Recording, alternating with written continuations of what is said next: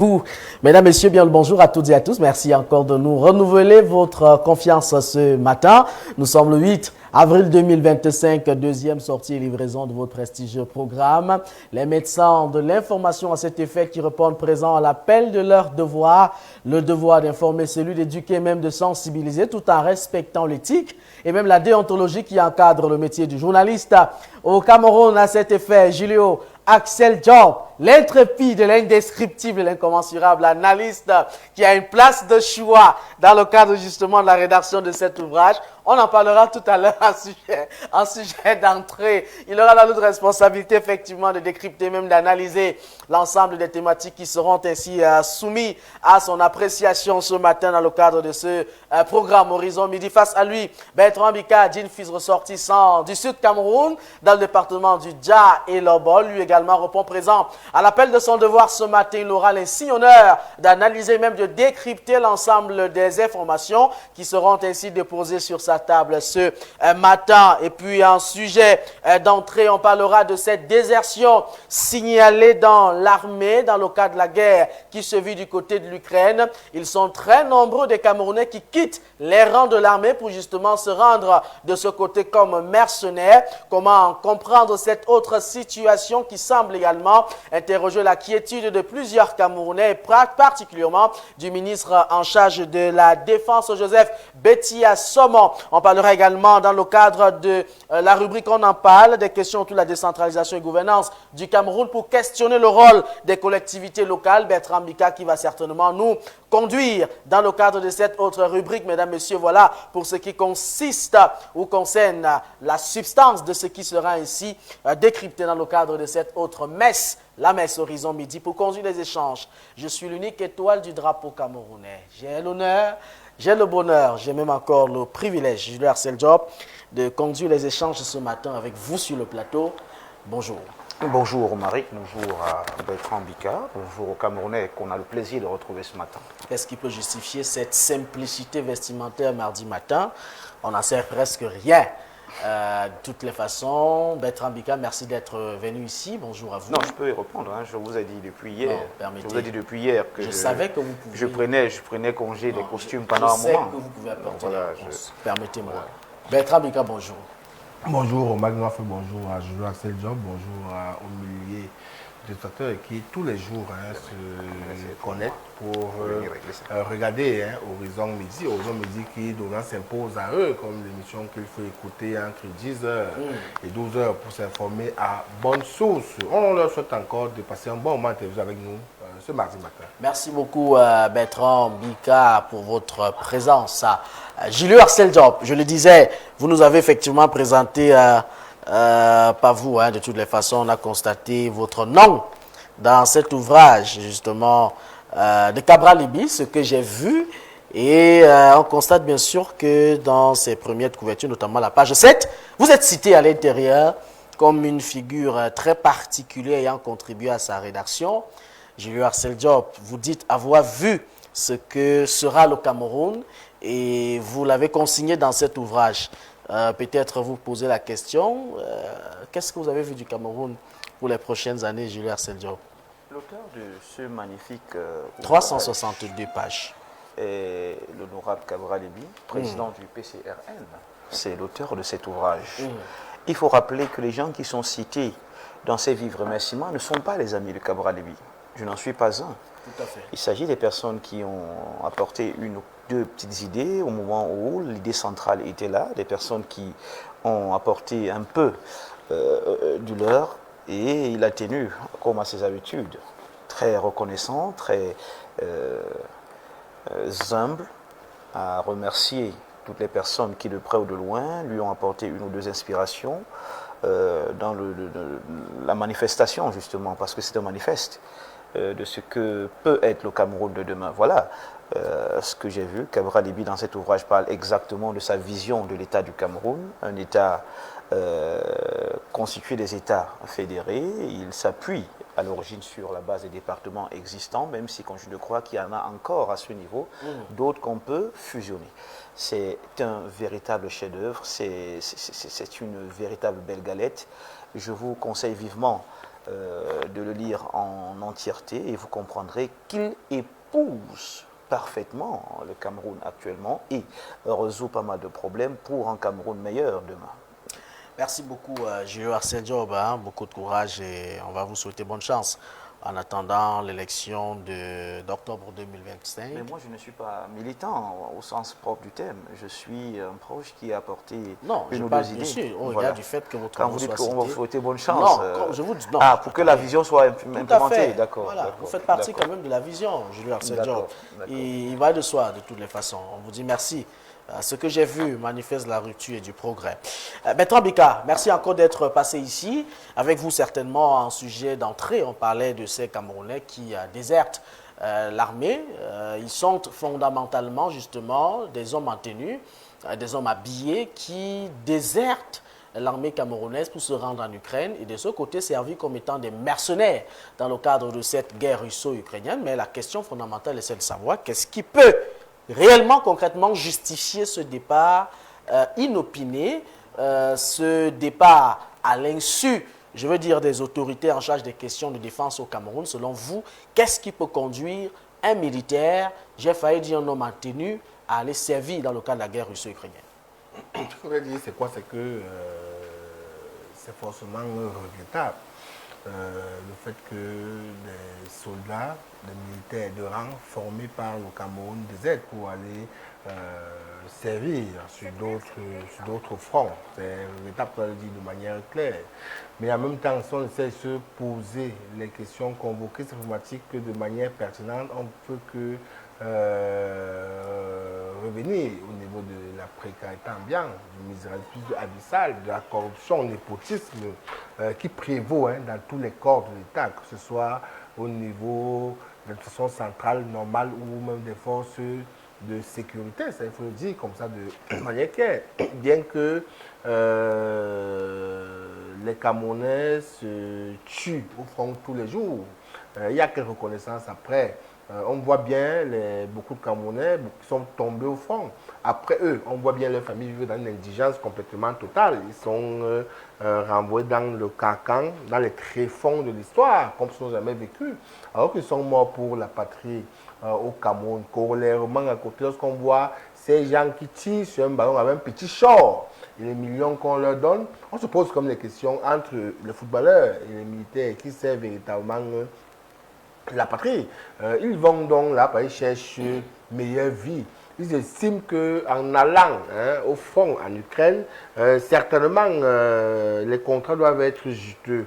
Les contrats doivent leur permettre de sortir de cette précarité abyssale dans laquelle ils sont eux et leur propre famille. Ça leur permet de voir le lendemain sous d'autres auspices, loin de celle du Cameroun. Encore qu'il faut dire qu'au Cameroun, en réalité, il y a une méthode, du moins une habitude qui allie beaucoup dans l'armée camerounaise. Du moins, on envoie toujours beaucoup les personnes qui ne sont rien au front. Ça veut dire que lorsque l'enfant d'un ministre est dans les rangs, rassurez-vous, ne part quasiment jamais au front. Lui, il s'arrête à Yaoundé, à Douala. On envoie l'enfant du cultivateur d'Ovin, du cultivateur de Bangassina, l'enfant du vendeur de tomates. C'est eux qui sont au front toujours là-bas pour déboutir. On estime que comme ils sont pauvres dans la vie, ils doivent aussi risquer leur vie pour la nation. Ceux qui sont nés avec les cuillères en or doivent continuer à gérer l'armée étant dans les bureaux. Toutes ces frustrations accumulées par ces soldats, par ces hommes de rang, peuvent se dire que, in fine, on sait même cet état pourquoi, puisque on sait parce qu'on l'aime, on sait parce qu'on veut faire un don de soi, mais ceux qui nous dirigent n'aiment quasiment pas ce Cameroun. Du moins, les indicateurs probants démontrent qu'ils n'ont aucune affection pour ce Cameroun.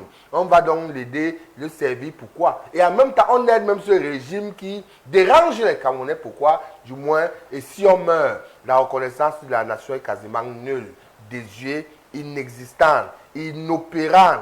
Alors qu'est-ce qu'il faut faire? Allons chercher l'argent. Allons, ou si on meurt au moins, l'argent qu'on aura gagné aura permis ou permettra à notre famille de vivre bien et de vivre mieux. Je pense que c'est la pauvreté, c'est la précarité, c'est le népotisme, c'est la misère qui fait en sorte qu'ils partent ailleurs. Pas ici, dans l'armée camerounaise, voyez qu'ils n'ont aucun avenir à part aller mourir et rien du tout.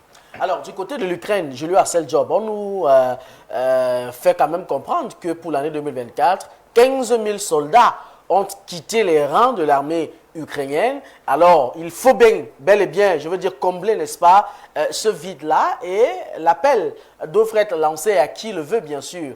Et il n'y a que des Camerounais vont en tant que mercenaires. Je tiens à rappeler que la somme versée aux différentes familles, lorsque vous vous y rendez, c'est 14 millions de francs CFA. Lorsque vous êtes déjà en terre ukrainienne, on vous remet effectivement 14 millions dans votre compte. Mais c'est un chemin qui semble être un chemin non-retour, parce qu'effectivement, vous n'appartenez plus à l'État du Cameroun, encore moins à l'État ukrainien. Julio Arceljob, comment comprendre une telle réalité dans un pays et un contexte électoral comme le nôtre? Alors, je me suis déjà exprimé sur la question. Hein. Oui, on se souvient, on passait justement sur... Ouais. Je n'apprends pas cette actualité-là aujourd'hui. Ce que j'essaie de dire, c'est que c'est un phénomène d'embrasement. Les enseignants, on les a connus avec l'afflux vers le Canada. On a connu les jeunes, parfois pas diplômés, parfois diplômés, sur la route du Maghreb, tentant de traverser les eaux de la mer. On a connu... bref, les Camerounais quittent leur pays parce que les conditions sont extrêmement difficiles. Donc ce n'est plus un secret pour personne. Maintenant, le phénomène s'est élargi aux militaires. Les militaires qui semblent avoir trouvé un nouvel Eldorado dans le conflit russo-ukrainien. Il nous a été dit que la Russie recrutait dans les rangs des Africains. Donc le Cameroun n'en est pas exempté. Que les militaires trouvent cela comme une aubaine, j'aimerais dire que c'est bien dommage, peut-être même dommageable.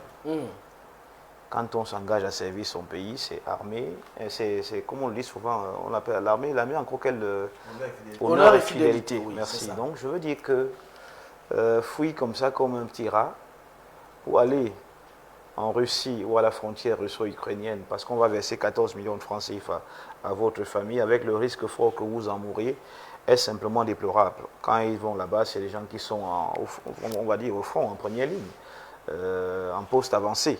C'est bien dommage de savoir combien les Camerounais ont banalisé la vie au motif de quelques pécules. C'est vrai qu'on me dirait que même ici au Cameroun, ils meurent, mais gratuitement. Donc autant mieux aller mourir pour 14 millions que je dirais non. C'est toujours bien de mourir pour son pays si on doit mourir, que d'aller mourir ailleurs. 14 millions de francs CFA, ça ne vaut pas une vie, hein, ça n'achète pas de vie. Quand ils partent, vous l'avez si bien dit, c'est quasiment un chemin sans retour. Ceux qui auront un peu de chance et s'en sortiront vivants à l'issue de ce conflit, peut-être pourront être officiellement intégrés dans les rangs des armées des pays étrangers auxquels ils auraient, je vais le dire ainsi, souscrit. Mais je maintiens encore que ce n'est pas une voie royale. C'est la misère qui nous pousse à prendre des décisions aussi hasardeuses. Je quitte mon pays, je servais l'armée ici, je vais en Ukraine et puis on reverse 14 millions de francs CFA dans mon compte. Qu'est-ce que ça vaut 14 millions devant le sacrifice ultime que vous faites en allant combattre au pays ou pour les pays auxquels vous n'êtes ni de près ni de loin associés? C'est une question que je me pose. Bon, peut-être qu'ils comptent après la guerre mieux se réinsérer. Mais je voudrais dire que les probabilités, même parfois pour ces Camerounais d'en sortir vivants, sont extrêmement réduites. On a encore vu cet appel, ce cri récemment sur les réseaux sociaux de ces Camerounais qui ont alerté la famille de leur décès. Tout à fait. Au front, en frontière, à la frontière russo-ukrainienne. Mais est-ce que pour ça, ce n'est que des cas qu'on a vus. En contexte d'insécurité quand même, Julio Arcel, est-ce que l'impact ne sera pas aussi important? Non, l'impact ne peut pas être important parce que les gens qui partent en même temps aussi ne seront pas si nombreux. L'armée en même temps recrute tout le temps. Donc l'impact sur le plan des effectifs ne va pas se faire ressentir. Ah bon? C'est un fait, oui. Ça, si l'impact n'est pas aussi important... C'est la question diplomatique. C'est sur le plan diplomatique que c'est un véritable désastre. Savoir que vos soldats fuient, désertent leur propre pays pour aller combattre là où la mort est quasiment certaine, nuit gravement à l'image de votre pays. C'est à ce niveau que les États se battent. Ils n'ont pas de souci des effectifs qui se vident pendant qu'ils savent qu'ils peuvent lancer des recrutements à tout moment. Ils n'ont pas ce type de souci, ceux qui nous gouvernent. C'est l'idée de l'image écorchée de l'armée camerounaise, qu'on a souvent vantée étant républicaine, responsable et citoyenne, qui est écorchée. Et là, à ce niveau, ça embête énormément ceux qui nous gouvernent. Sur les effectifs, ne vous en faites pas, ce n'est pas un souci pour eux. 100 parts, ils lancent un recrutement de 200. C'est une politique au Cameroun. Alors, il faut dire quand même que la situation a bien attiré l'attention du ministre de la Défense, Joseph Petit, à son mort.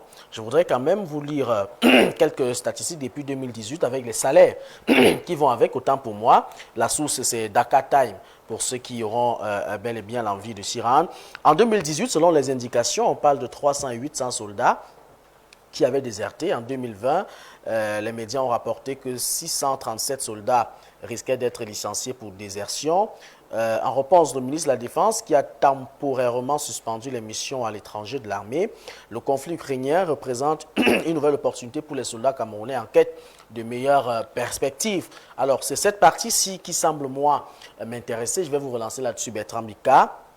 Ce qui distingue cette vague de désertion, c'est que les soldats abandonnent leur poste pour rejoindre une zone de guerre de haute intensité en utilisant des réseaux locaux, des recruteurs. La Russie qui a donc attiré de nombreux soldats camerounais. Certains, interrogés par l'Institut d'études de sécurité, l'ISS, ont fait état de salaires mensuels de 1,2 million de francs CFA, c'est-à-dire 1976 $, à 1,5 million de francs CFA, soit 2479 $. Les spécialistes reçoivent au moins 2 millions de francs CFA, soit 3294 $. Des chiffres quand même qui correspondent au rapport du renseignement militaire britannique. Bertrand Bika, voilà ce que peuvent percevoir des Camerounais qui vont effectivement se battre dans le cadre de la guerre russo-ukrainienne. Maintenant, côté russe, voilà les salaires qui sont donnés quand vous êtes du côté russe. Côté ukrainien, les salaires semblent être également pareils. Mais la question fondamentale, c'est est-ce que l'État du Cameroun n'a pas la possibilité de mettre également ses troupes à la hauteur ou à la dimension de ces salaires? Non, ils en peuvent même faire, mais ils manquent de volonté. Ce que je voudrais dire, c'est quoi? C'est que lorsque on signe, on a le fidélité, ça ne veut pas dire qu'on a le monopole du sacrifice. Tout à fait. Hein? On demande à ces jeunes de se sacrifier et d'autres ne se sacrifient pas. Pourquoi? Hein? Chacun doit pouvoir se sacrifier pour le Cameroun, partout il sert le Cameroun. Ça, il faut qu'on soit équitable. On a une relation équitable parce qu'on a dit, il va prendre des armes, qu'on va dire, meurs. Les sacrifiés sont ciblés. Voilà. Les sacrifiés sont ciblés. Aller dans l'armée, c'est un choix. Voilà. Tout à fait. Vous acceptez d'y aller, c'est honneur et fidélité. Oui, mais je dis simplement que... Fidélité veut dire mourir pour la patrie. Je pense que Bertrand je dis simplement... Je le comprends, voilà, oui. Je le comprends très bien. Hein, mais je dis pas parce qu'on ils avaient le choix de ne pas y aller. Ce n'est pas parce qu'on est dans une fidélité qu'on a le monopole du sacrifice de l'État. C'est ce que ça veut dire. Même celui qui sait le Cameroun, étant au ministère des Finances, doit pouvoir penser à la patrie avant de penser à ses postes. Il faut qu'on instaure honneur et fidélité là-bas aussi. Maintenant, mais dans l'armée, c'est le principe. Vous mourrez quand il le faut. Ce que je veux dire, c'est quoi? C'est qu'à la réalité, c'est quoi? On peut pas demander... C'est ce qu'il faut dire aux jeunes, hein, Romari, pour qu'ils sachent la réalité. Bien sûr. À la réalité, ce que je veux dire, c'est qu'on ne peut pas aujourd'hui demander au Camerounais... On veut savoir.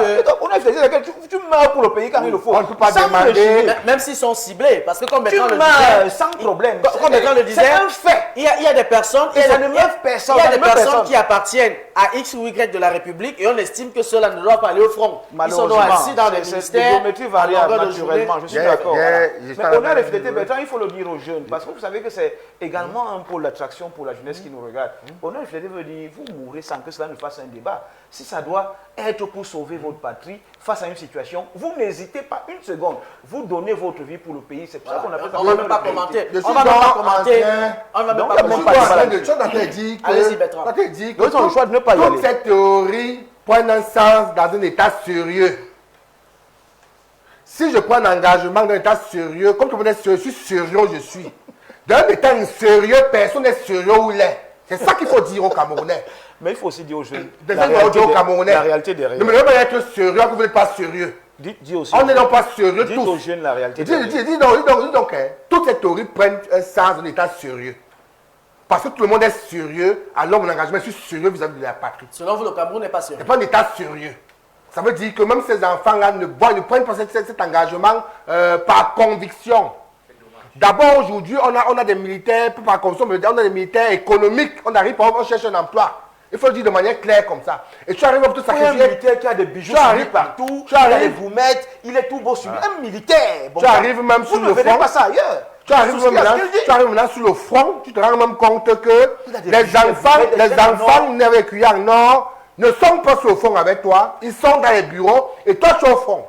Malgré ça maintenant, même au fond, ton traitement est convoqué. Vous ne mangez même quasiment pas. On vous envoie les primes, votre patron coupe les primes.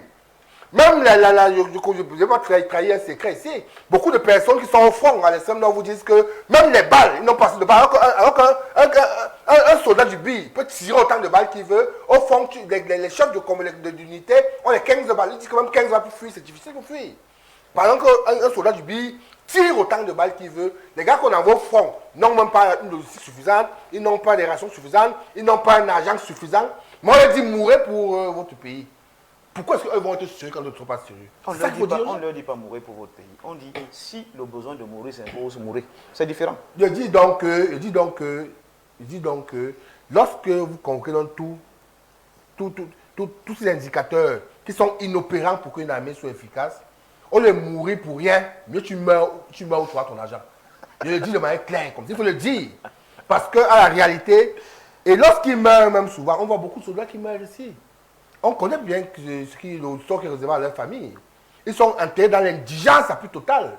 Oui, dans l'indifférence totale. Le cas le plus récent, c'est Woulgo. Voilà. Dans l'indifférence totale. Leur famille, on connaît que leurs yeux pour pleurer. Et parfois même, lorsque on vous fait comprendre que le corps est arrivé, la famille est tout à fait interdite justement d'ouvrir le cercueil. Là, c'est autre chose. Oui, c'est autre chose. Les engagements que vous avez non, pris. maintenant, non. De quel engagement vous parlez, Julien? Lorsque vous intégrez l'armée, vous ne vous appartenez plus. Oui. Ça va jusqu'à votre corps. Hein. C'est ça. Donc, ce que vous avez dit, c'est quoi? Ce que vous avez dit, c'est pas dire que c'est un choix. Ce que vous avez Pour dit, les gens qui y vont. c'est la réalité, ils sont des gens francs. Ils sont, on dit... On vous remet à la retraite. On dit... Vous retournez à la vie civile. On dit, ils quittent un front moins dangereux pour un front plus dangereux. Mais ils sont un front très dangereux, ils n'ont même pas d'armes ici. Ils n'ont pas payé, ils n'ont pas d'armes, ils ont fait un front, ils sont pas protégés. Ils sont plus dangereux que l'Ukraine, le front qui est Le combat n'est pas intense. Mais non, c'est plus dangereux. Périodique. C'est plus dangereux que l'Ukraine, parce qu'ils consomment de vie qu'ils ont ici à mort. Pas. Il dit que c'est plus dangereux. Absolument pas. Donc ces gars, ce qu'ils font, c'est quoi? C'est qu'ils vont dans un front moins dangereux. Parce que d'abord, au moins, ils ont les armes pour se défendre. Ils ont une logistique adéquate. Quand tu meurs, tu es mort parce que tu es mort. Tu n'es pas mort parce qu'il y a une défaillance de matériel ou une défaillance financière ou tu avais faim. On ne meurt pas comme ça. Ils sont morts pour ça ici. On meurt pour t'attaquer, tu avais 2 balles, tu n'as pas 10 balles, tu meurs pour te défendre ou 15 ans pour fuir. C'est la réalité qu'on est ici au Cameroun. On meurt parce qu'on est un fils d'un pauvre ici. Tu meurs pour ça. Hein? En Ukraine, tu meurs parce que la guerre, tu es mort de la guerre. Et si tu meurs de la guerre, la patrie ukrainienne ou russe, tu seras véritablement reconnaissant. Non, il n'y a aucune reconnaissance. Qu'est-ce dit reconnaissance? Qu'est-ce dit reconnaissance? Ça veut dire que au moins le capital, tu as engrangé un minimum de capital. Avec ton respect, avec votre respect, monsieur qui permettra, oui, je voudrais quand même vous rappeler que le fils de l'actuel ministre de la Défense est mort au Cameroun pendant les exercices militaires.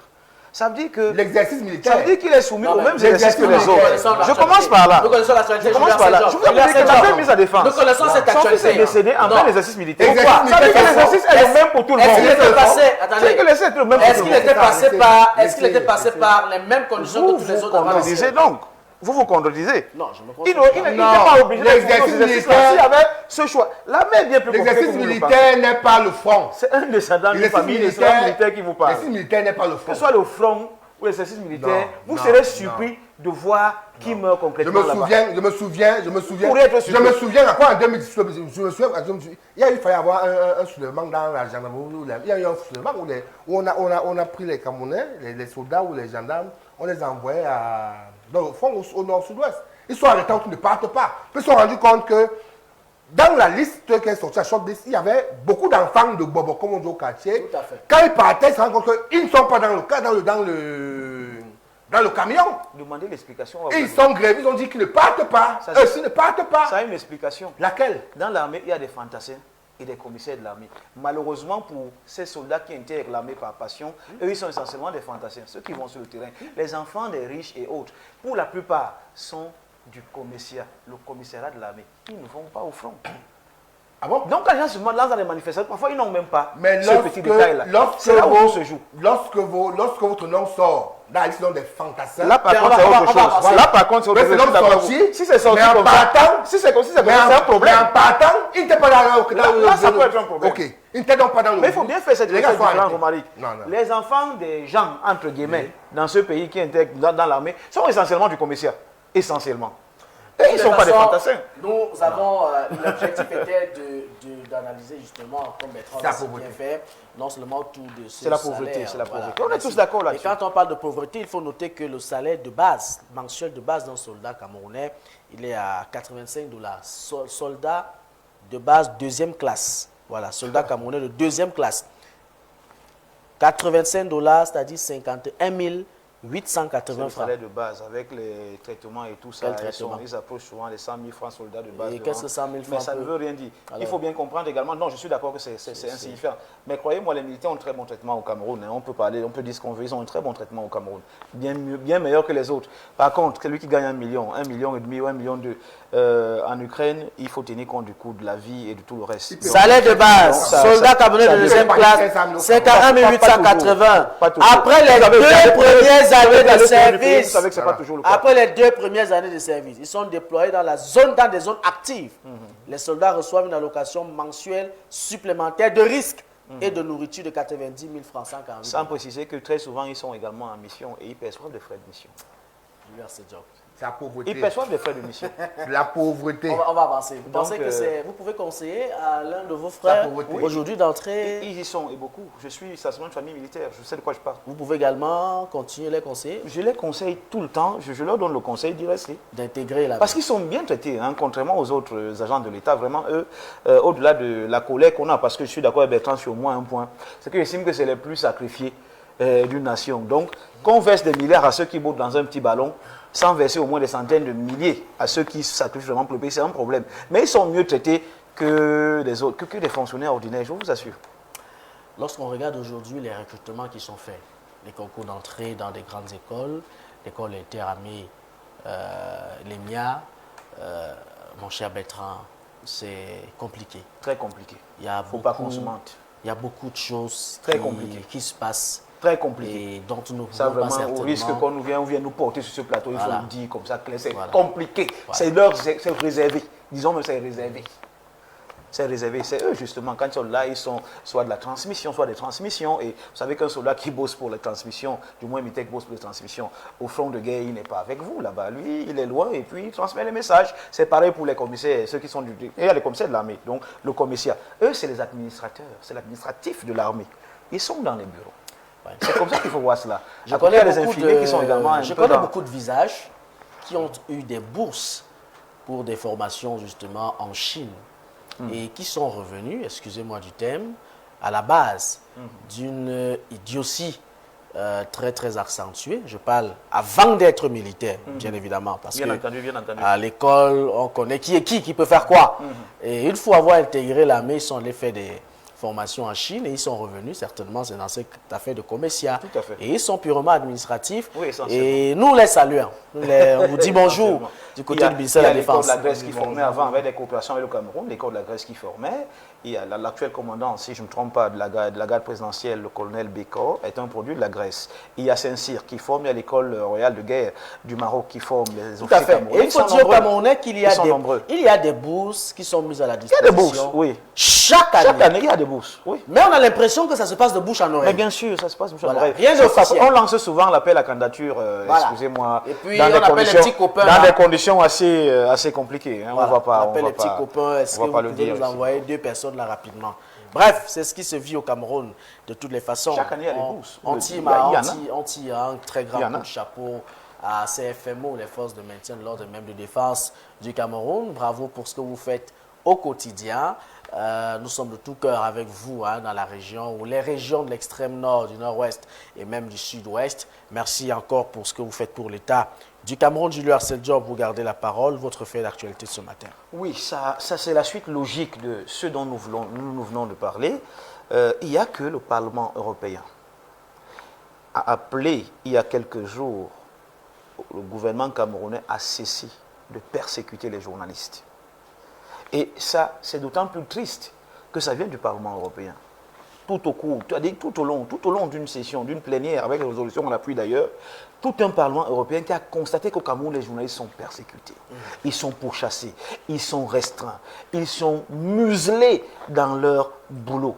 ce Parlement l'a dit, laisser les journalistes camerounais travailler, car c'est l'un des pays qui regorge le plus de talent, même en termes de journalisme. Et ça me choque parce qu'on n'a pas vu un Parlement africain prendre position là-dessus. On n'a même pas vu notre propre Parlement prendre position là-dessus. Il faut que ça vienne du Parlement européen. C'est ça qui m'attriste ce matin. Et comme ça nous concerne, je ne pourrais pas fermer les yeux là-dessus. Bertrand Bika, les défis que vous rencontrez face à l'exercice de votre métier de journaliste au Cameroun, on en a parlé, j'ai lu Harcel Job, je me souviens, bref, c'est pas un secret, on ne va pas en parler sur ce plateau. Allez-y.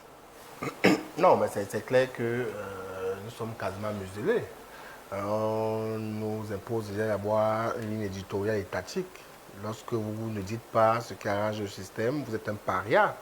Vous avez même déjà peur de sortir de chez vous pour être enlevé, vous pouvez disparaître. Comme beaucoup disparaissent au jour le jour. Et on pouvait même être assassiné, comme Martin Zoboé passé de vie à Tripa. Aujourd'hui, être juste comme on, c'est vivre dangereusement. C'est vivre dangereusement, c'est vivre dans le risque permanent. Et ils entretiennent autant plus ce risque permanemment parce que, à la réalité, ils refusent de faire les efforts pour comprendre que c'est un métier comme tous les autres. On a un métier citoyen, on a un métier d'éducation de masse. On n'est pas là pour désinformer, on est là pour informer les Camerounais sur les faits, pour que chacun soit apte à prendre la décision qu'il faut le moment venu. C'est bizarre tout de même que l'affaire soit convoquée au Parlement européen. Et c'est aussi bien, parce qu'en réalité, le niveau de sous-développement mental qu'on a encore au Cameroun, et que même nos dirigeants sont sous-développés mentalement, ils sont colonisés mentalement, ils sont revenus sur ce carcan de l'époque. Quand le blanc parle, ils écoutent un peu. Quand le blanc parle, on parle comme ça, ils écoutent un peu. Quand le noir parle, ils estiment que on n'a rien à dire, on n'a même rien fait. Donc peut-être comme on a parlé au Parlement européen, on va plus nous dire, ne plus adresser des thématiques sur nos plateaux. Un ministre assis vous dit ne parlez pas de ça sur nos plateaux. Vous imaginez un pays comme ça? On sommes dans une vraie villageoisie, comme c'est un village, c'est un gros village. Lors d'une interview, voilà. On vous fait comprendre que voilà les questions que vous allez poser. Voilà. Le Cameroun est tous un pays, mais est un gros village. Nous sommes dans un gros village, il faut dire. Comme on est vraiment une vraie villageoisie, même dans son fonctionnement. En espérant maintenant que ce genre de plaidoyer qui viennent de l'extérieur va pouvoir infléchir ou faire fléchir. Est-ce que ce langage, vous-même que vous tenez, le Cameroun, une grosse villageoisie, est-ce que ça ne vise pas quand même aussi à ternir l'image de notre pays à l'étranger? Quand vous voyez le fonctionnement du Cameroun, c'est un pays. C'est quoi pour vous? Ça, c'est un pays, le Cameroun. C'est quoi Bertrand? Comme c'est une villageoisie, comme un gros village. Comme un gros village. On a un gros chef de village qui règne sur son village. Comme c'est un pays. Allez-y, Bertrand. Comme on n'est pas un pays. Pourquoi faut être comme si on est en train de dire ce qui est faux? On dit ce qui est vrai. On dit ce qui est vrai. On commence à énumérer toutes les tares que draine le Cameroun.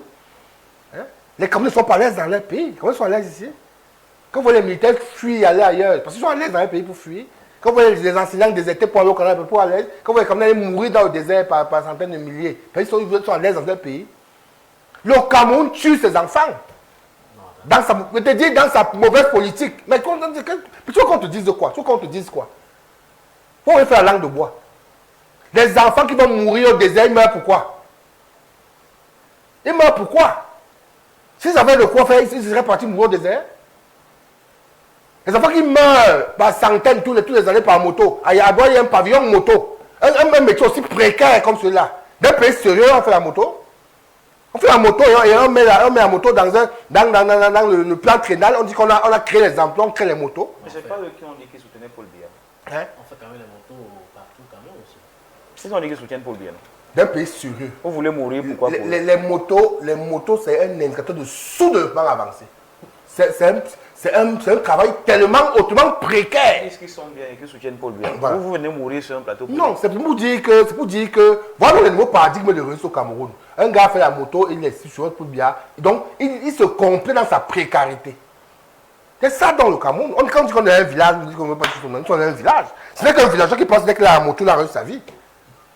Voilà, comme ça, on regarde qu'au village pense qu'il aura sa moto, il a réussi sa vie. Mais lui, c'est encore mieux. Parce que là, il n'y a pas trop de circulation. Il relie deux villages, il est en sécurité. Donc, c'est ça à la réalité qui se passe. Donc, nous sommes contents que ça vienne du Parlement européen, mais en même temps aussi, il fallait que dorénavant, nous, on puisse s'approprier de nos propres problèmes. Parce que même la presse au Cameroun fait preuve d'une inertie complète et totale. Ne fustige pas assez, parce que c'est vrai, on a peur, on prend les gants, mais il faut parler. Parce que c'est à force de parler et d'énoncer que le message va pouvoir atteindre les cibles. Il faut parler. Nous ici on parle. Beaucoup parlent, mais beaucoup aussi sont taiseux, beaucoup ne se parlent pas. Je pense que c'est lorsqu'on va atteindre la masse critique qu'on va pouvoir faire réfléchir les décisions au Cameroun. Un pays qui n'a pas une presse libre ne peut pas se développer. Un pays qui n'a pas de sons dissonants ne peut pas se développer. On peut avoir un seul son de cloche. Ça ne sert à rien. Aujourd'hui, vous vous rendez bien compte, sans publicité, que la SATU est l'un des médias les moins écoutés au Cameroun, l'un des médias le plus marginal au Cameroun, parce qu'il y a un seul son de cloche qui vient de là-bas. Les Camerounais ne font plus confiance à la ligne éditoriale. On se dit même que tout ce qu'ils disent c'est le mensonge. Ça, c'est ça qui est clair.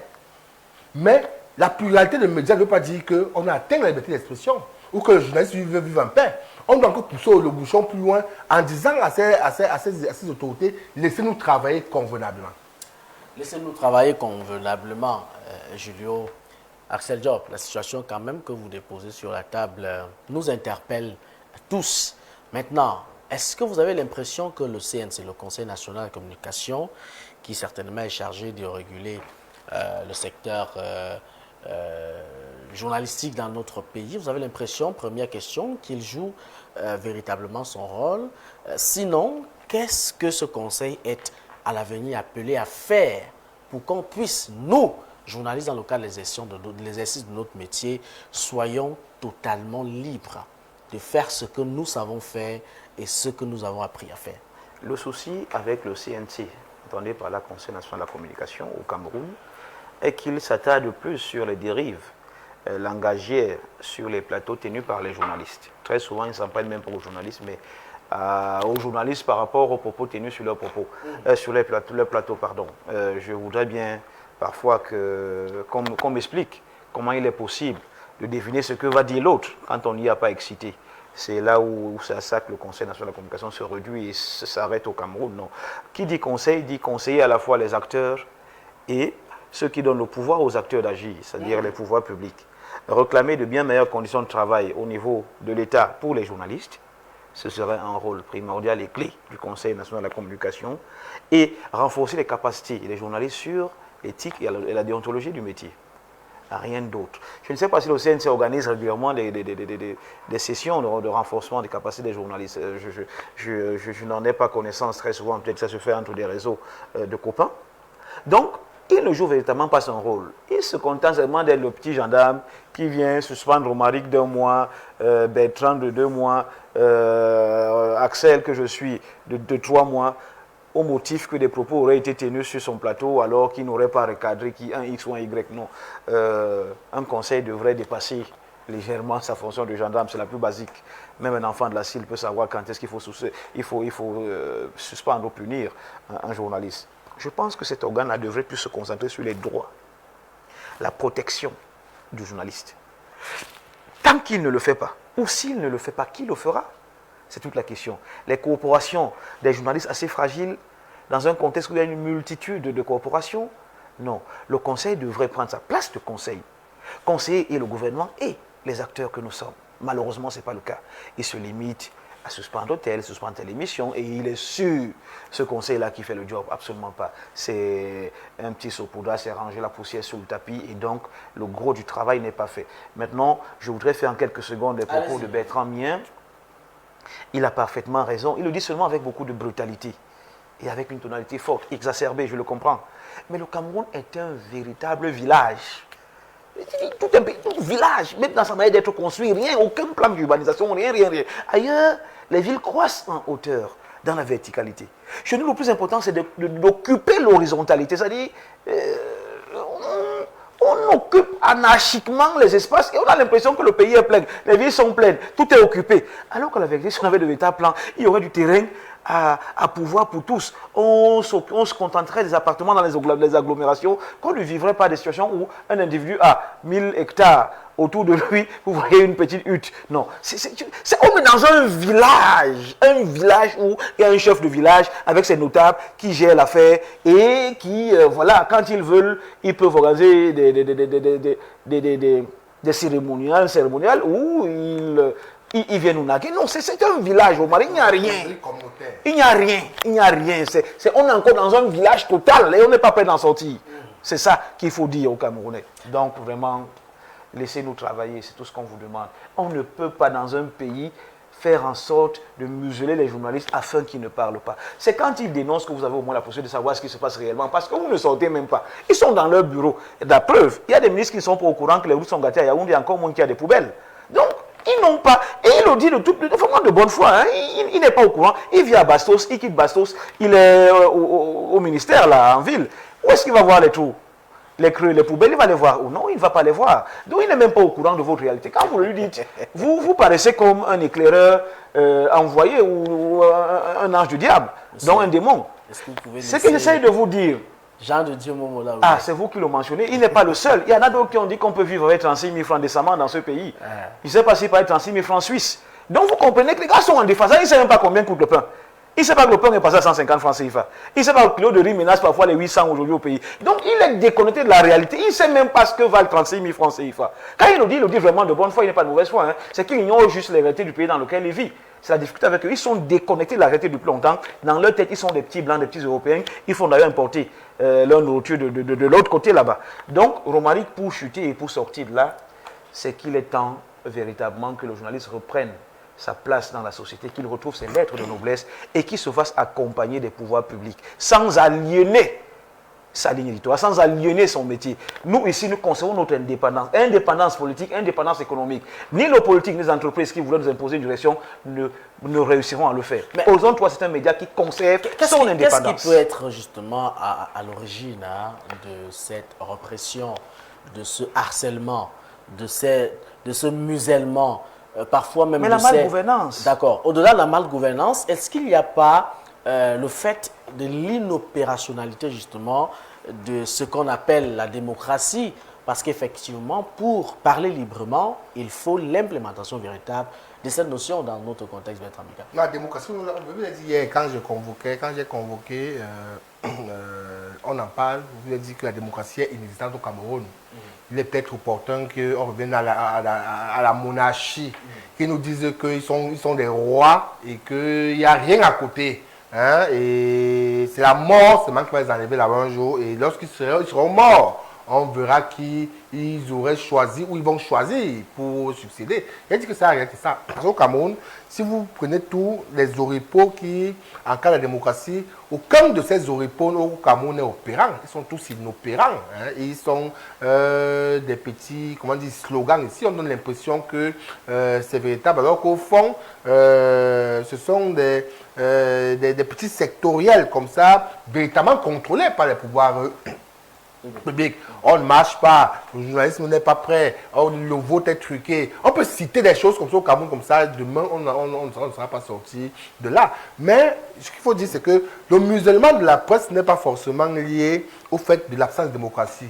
Il est lié à la mauvaise gouvernance. Ils savent que communiquer, la communication est une arme très très très forte. Si la presse communique librement et que la presse donne les faits aux Camerounais sur le bilan du renouveau, où ils ont volé 69 000 milliards en 42 ans, c'est très grave pour eux. On n'ira pas les voter. Si la presse communique sur le fait qu'il y a les poubelles à Yaoundé, il y a des poubelles dans tout le Cameroun, que les ministères sont caporalisés de façon ethnique, beaucoup de choses comme ça, on ne va pas aller les voter. Ils ne veulent pas que les journalistes adressent les problèmes de l'État, les problèmes de la société avec pertinence, avec rigueur et avec partialité. Parce que c'est un État qui travaille bien. Vous demande de communiquer parce que vous communiquez dans leur sens, vous dites ce qui est bien. Mais ils savent qu'on ne peut rien dire de bien sur eux. Même si vous faites quelle alchimie dans vos têtes, vous n'allez rien dire de bien sur ce gouvernement, sur ce régime. Le corollaire, c'est quoi? Ne communiquez pas du tout. Vous communiquez, vous êtes un ennemi pour eux parce que vous communiquez contre eux. En faisant votre travail, en disant simplement la vérité aux Camerounais. Voilà le point. Pourquoi on muselle la presse? Ce n'est pas pour autre chose. C'est parce qu'ils n'ont rien à vendre aux Camerounais. Rien du tout à vendre aux Camerounais. Merci beaucoup Bertrand Beka, merci à Julio pour ce sujet d'actualité. On va également vous passer la parole pour partager le vôtre avec nous ce matin, Bertrand. Oui, non loin de nous ici, au niveau de Neptune, bon, de Neptune, Odia, on dit comme ça, Odia, Neptune, il y a un drame qui se passe en ce moment de ce côté-là. Un véritable drame. Il y a une maman qui est du 3e âge, je le dire. Elle peut avoir 80 ans, 80 ans, 82 ans aujourd'hui. Elle a acquis son terrain depuis 20 ans. Elle a bâti sa maison, son terrain. Elle vit seule dans sa maison depuis. Dernièrement, un monsieur surgit de nulle part, un certain Kamdem, ou Tangdem, de nom je ne viens pas, et il estime que c'est son terrain à lui, que le terrain l'appartient derrière Neptune, et lorsqu'on va fouiller, on se rend compte qu'il a les décisions de justice qui lui donnent, qui lui octroient le droit sur ce terrain, alors que c'est maman au titre foncier, depuis 20 ans, elle a cette maison. Le monsieur s'est donc mis à casser la maison, à détruire, casser la maison. Les gens du quartier ont essayé de s'interposer. Il a amené les gros bois, ils ont tapé tout le quartier. Hein? Il est en train de vouloir engager les constructions là-bas aux grandes dames de cette vieille femme. Elle dit qu'elle n'a personne. Elle est seule dans sa vie. Elle s'est bâtie. Elle a construit sa maison. Cette maison l'aide à vivre, où elle et ses petits loyers qu'elle avait à côté, il vient, il casse comme ça. Elle ne comprend pas la décision de justice camerounaise. Elle peut avoir un titre foncier depuis 20 ans, battu depuis 20 ans. Un Camerounais sort de nulle part après, il estime que son terrain, il commence à casser. Même s'il a une décision de justice, d'abord qu'elle convoque avec pertinence. Et apparemment, ce monsieur Kamdem dit que lui, il est multimilliardaire, il fait ce qu'il veut dans ce pays. On ne peut rien faire. J'ai les images de mon téléphone, qu'on ne peut rien lui faire. Il va seulement casser cette maman, et cette maman, elle peut faire ce qu'elle veut. Il va prendre un terrain qui n'est pas certain que ça l'appartient. On ne sait même pas comment il a fait pour que ça ait la justice et qu'il ait les décisions de justice, alors que cette dame a le titre foncier et elle est bâtie là depuis au moins 20 ans au Cameroun. Elle pleure, donc elle a fait sortir en pleurant, on demande à tout le monde de l'aider. Elle dit que M. Kamdem est milliardaire, elle a fait voir plus tard un milliardaire. Il achète tout le monde. Elle demande à Chantal Biya d'agir, au commissaire de Messam Nongo d'agir, au ministère du domaine. Elle cite tous les noms qu'on doit venir l'aider parce que qu'est-ce qu'elle peut faire face à un milliardaire qui vient arracher son terrain comme ça, qui la met dans la rue, et que si rien n'est fait, elle est certaine que cette affaire va la conduire de vie à trépas, qu'elle n'est pas très loin de mourir.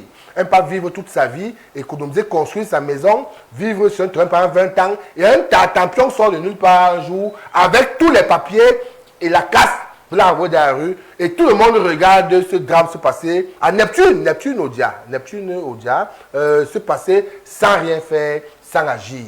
C'est un véritable problème au niveau du Cameroun dorénavant. Ces titres fonciers qui sont attaqués. Ok, voilà ça. Ces titres fonciers qui sont attaqués comme ça à tout moment. Alors que le titre foncier, c'était bien inattaquable, inaliénable de manière claire. Vous voyez le domicile. La maman qu'on attend que de casser, on casse. Alors qu'elle est là depuis 20 ans, elle a son titre foncier. Ce monsieur estime dorénavant qu'il peut venir casser, la foutre dehors. Et elle vit seule là. Elle n'a plus personne dans sa vie. Et voilà le monsieur qui dit qu'il est multimilliardaire. Vous pouvez bien voir ce monsieur, il dit qu'il est multimilliardaire. Il amène tout le monde à Odia. Voilà. Voilà un problème. Voilà la maman qui s'exprime. Complètement seule, déboussolée. Elle ne sait pas quoi faire. Elle ne sait vraiment pas quoi faire. Voilà. Elle dit, on va peut-être écouter ce qu'elle dit à l'antenne et puis on va revenir, Maître Abika, pour que vous puissiez clairement nous expliquer ou davantage nous expliquer ce qui se passe de ce côté. Peut-être avec la dextérité de Rodrigue Jean-Jacques Dié, nous permet d'écouter un tant soit peu ce qui se passe de ce côté-là.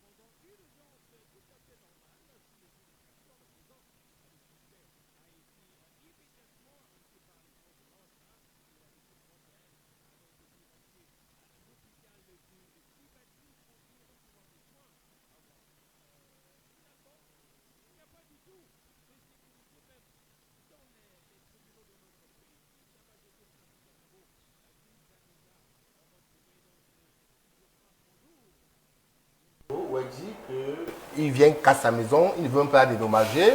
Elle n'a pas de force, elle est vieille, elle souhaite que tout le monde vienne l'aider. Elle va faire comment plus tard avec un milliardaire qui estime qu'il peut tout faire, il a le droit de tout faire. Et il est en train de dire, il a cassé ma maison, il est en train de prendre mes terres, il a tout arraché. Moi, je n'ai personne, je n'ai rien à faire. Voilà ce qui se passe aujourd'hui, on voit l'impunité donc, ce qui se passe aujourd'hui au Cameroun. Voilà ce que les personnes vivent. Même pour de troisième âge, elle a fait sa vie, elle a fini sa vie, elle a construit sa maison. Et après 20 ans, tu vas même vous dire que ce n'est pas votre maison. Ça pose quand même un véritable problème. Il faut dire aussi que le sous-préfet de Yaoundé a interdit à ce monsieur de démolir. Il est quand même venu démolir la maison. Au mépris de ce que je ne peux pas dire. Parce qu'il est multi, il peut faire ce qu'il veut dans ce pays. Moi, dans les Camerounais qui y a aujourd'hui, des vrais petits voyous qui se mettent, qui se disent que avec le peu d'argent qu'ils ont aujourd'hui, des bourgeois d'un nouveau genre, des bourgeois qui sont par embuscade, que le régime a créé au travers des marchés publics. Pas estimer aujourd'hui qu'ils peuvent marcher sur tous les Camerounais. Je pense que c'est un problème qui est très, très, très grave, oui, qu'il faille adresser, pas longtemps avec beaucoup de pertinence. Il faut que tout le monde sache que ce monsieur n'est pas du tout sérieux. Merci beaucoup pour ce sujet, Maître Ambika. Je vous rassure que une équipe d'Horizon 3 Télévision sera donc sur les lieux dans quelques heures seulement pour comprendre véritablement ce qui se vit de ce côté. Mais avant de passer la parole à Julio Arcel pour son commentaire, nous prenons la publicité. À tout de suite.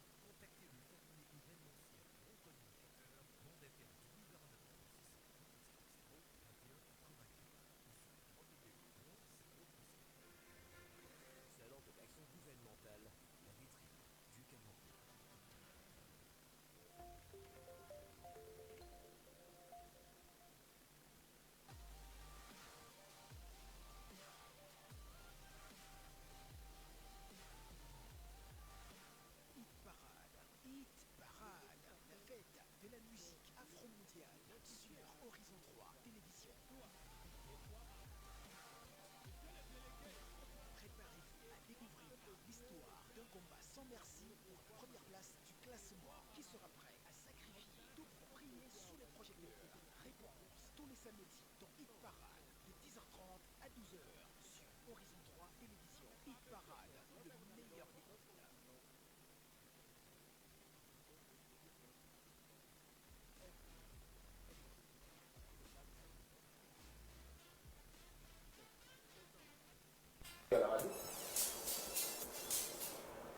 Retour sur le plateau d'Horizon Midi. Merci pour cet instant consacré à la publicité.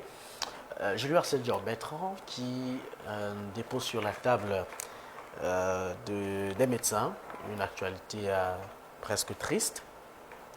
Il évoque justement cette octogénaire, c'est comme ça, voilà, qui a eu à bâtir son domicile. On a vu un R+1 du côté d'Odja et qui avait son titre foncier qui aujourd'hui date de 20 années, 20 ans.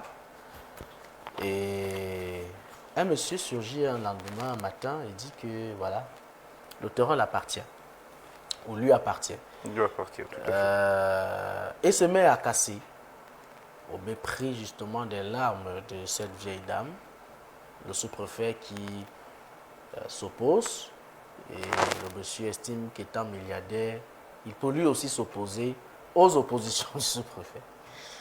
Julie Arcel-Diop, je n'ai pas de mots, vous le constatez, peut-être vous passez la parole pour votre commentaire. Non, la vérité, c'est que puisque nous sommes à la télé, nous avons l'obligation d'analyser la situation avec froideur. Je me méfie énormément des informations d'une source univoque. Donc, pour avoir un avis assez objectif, il faudrait qu'on ait l'avis des deux parties. Parce qu'il y a effectivement deux parties là. L'autre partie, on peut l'avoir au tribunal ou chez le monsieur en question. Mais comme il est milliardaire, est-ce qu'il va nous recevoir? Je dis milliardaire entre guillemets. Ce que je voudrais savoir, c'est que, du moins ce que je voudrais dire, c'est vrai, je ne sais pas. Ce que je voudrais dire ici, c'est que si la dame détient un titre foncier et que le monsieur a gagné la dame avec le même titre foncier, c'est que peut-être que le sien est antérieur à celui de la dame. Et donc, la personne qui est désormais problématique, c'est le vendeur. On connaît très bien les vendeurs de terrain à Yaoundé. Ils vendent le même terrain à deux personnes avec des titres fonciers. À une certaine époque, on n'avait pas un système centralisé, donc il était possible d'avoir deux titres fonciers sur le même terrain parce que les lotissements, du moins, les géomètres n'avaient pas fait un très bon travail, on n'avait pas de données bien entrées dans les systèmes, dans la machine. Aujourd'hui, c'est difficile de plus en plus car les immatriculations sont d'une précision incroyable. Ça, il faut le dire. Mais on connaît les vendeurs de terrain à Yaoundé. Moi, je ne serais pas surpris qu'elle en ait été victime, du moins qu'elle soit une victime d'il y a 20 ans. Parce que le monsieur, malgré l'opulence, l'orgueil qu'il peut montrer, peut être détenteur d'un titre foncier qui est antérieur à celui de la dame. Il faut être très prudent. Comme c'est la dame jusqu'ici qui se plaint, elle va vous dire que non, c'est forcément un titre foncier qui est arrivé après. Sauf qu'ils sont allés à un tribunal. C'est vrai que la justice, on le dit sur ce plateau, est extrêmement corrompue. Mais il y a des degrés de justice qu'on ne peut pas corrompre. Il y a un niveau de justice là qu'il est impossible de corrompre. Vous faites cela, ça va en appel, en annulation, et Yébé annule ça. On a vu des cas comme ça plein. Donc, si la dame est dans ses droits, croyez-moi, il suffit de petites actions, petites pressions médiatiques, et il va annuler ça. Ici. Il va annuler ça. Les cas sont légion.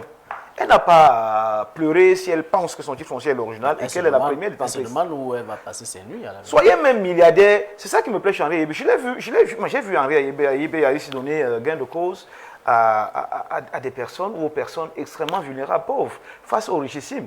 La preuve, d'ailleurs, c'est vrai qu'il n'a pas été très conciliant, très droit sur le cas de Dikolo à Douala, mais vous savez, les populations sont aujourd'hui presque rétablies dans le droit. Alors qu'un groupe, comme des groupes puissants que nous ramenait Chinoaco, qui était sûr à 100% d'avoir dirigé ces populations-là, il dit d'ailleurs qu'il n'abandonnera jamais ce terrain. Où en est-il aujourd'hui? Ces titres fonciers ont été annulés. Les bénéficiaires vont être remis dans leurs droits, peut-être même dédommagés parce que leurs maisons ont été cassées. Donc cette maison qui est cassée là aujourd'hui, la dame a un titre foncier, il est là. Le vendeur est encore vivant, ou alors la famille du vendeur est encore vivante. Il y a la traçabilité au domaine. Elle peut faire appel du procès si elle estime qu'elle a tout le droit de son côté. La justice, certes, est pour les riches parce qu'elle serait la plus corrompue, du moins l'un des secteurs les plus corrompus au Cameroun actuellement. Mais il y a encore des petites traces de justice en matière de litige foncier dans ce pays. Et quand il a avéré que c'est le vôtre, même quand votre maison avait été cassée, fut-il milliardaire ou que sais-je encore, tout de suite vous êtes rétabli dans votre droit. Je voudrais vous rappeler, peut-être, vous ne le savez pas, le chef de l'État a perdu un terrain en procès dans ce pays, Paul Biya, à Bastos, au Golfe là. Beaucoup de personnes ne le savent pas. Hein. Le chef de l'État a perdu un procès d'un litige foncier dans ce pays. Pour faire comprendre la complexité en matière de titres fonciers au Cameroun. Non, Paul Biya a perdu un procès. Tout un Paul Biya, je vous assure. Donc, Si la dame pense qu'elle est dans son droit romarique, les journalistes vont l'aider à faire pression, les avocats certainement vont se constituer et elle va faire appel de ce jugement-là. Et avec un peu de chance, elle va gagner son procès en rappel. Elle sera non seulement reçue dans ses droits, rétablie dans ses droits et elle sera dédommagée. Tant qu'on n'a pas encore eu l'autre version, je nous conseille à nous tous un peu de prudence. On est des journalistes, on va aller la chercher. Mais il fait également, ce monsieur, preuve de beaucoup de dureté, on ne peut pas le nier. Vous ne cassez pas une dame comme ça, avec une telle brutalité. Là encore, on peut dire, peut-être, on ne sait pas, peut-être que le monsieur, étant conscient de ce que ce terrain lui appartient, a peut-être donné des ultimata sur ce terrain-là pendant au moins 2 ans ou 3 ans. Les informations de sources univoques sont très dangereuses. Vérifions les contours de ce dossier parce que ça arrive chaud comme ça. Bertrand, c'est quelqu'un de très introduit. Les choses lui arrivent à tort. C'est-à-dire ça vient seulement, ça vient. Et parfois, heureusement, il est professionnel, mais vous savez que les gens, les populations peuvent parfois nous induire énormément en erreur. Vérifions encore en profondeur avant de prendre position sur ce dossier. C'est ce que je nous recommande en tout cas. Je n'en dirai pas plus. Hein. Voilà. Permettez-moi de vous relater. Ok, voilà. Je n'en dirai pas plus. Maître Abika, est-ce que vous comprenez l'attitude de ce monsieur-là? Maintenant, vous pouvez rebondir sur... Non, il est libre d'avoir son point de vue, son point de vue. Il est libre. Et ne vous fâchez pas, allez-y. Non, du tout. Voilà, Du tout. allez-y calmement. Me fâcher. Tout ce qu'il faudrait dire, c'est quoi? C'est que je vais convoquer mon ignorance dans ce qui concerne la loi des domaines au niveau du Cameroun, mais du peu que je connais, j'ai eu à voir plusieurs problèmes comme cela, où 2 personnes ont acheté un terrain, un a bâti sur le terrain.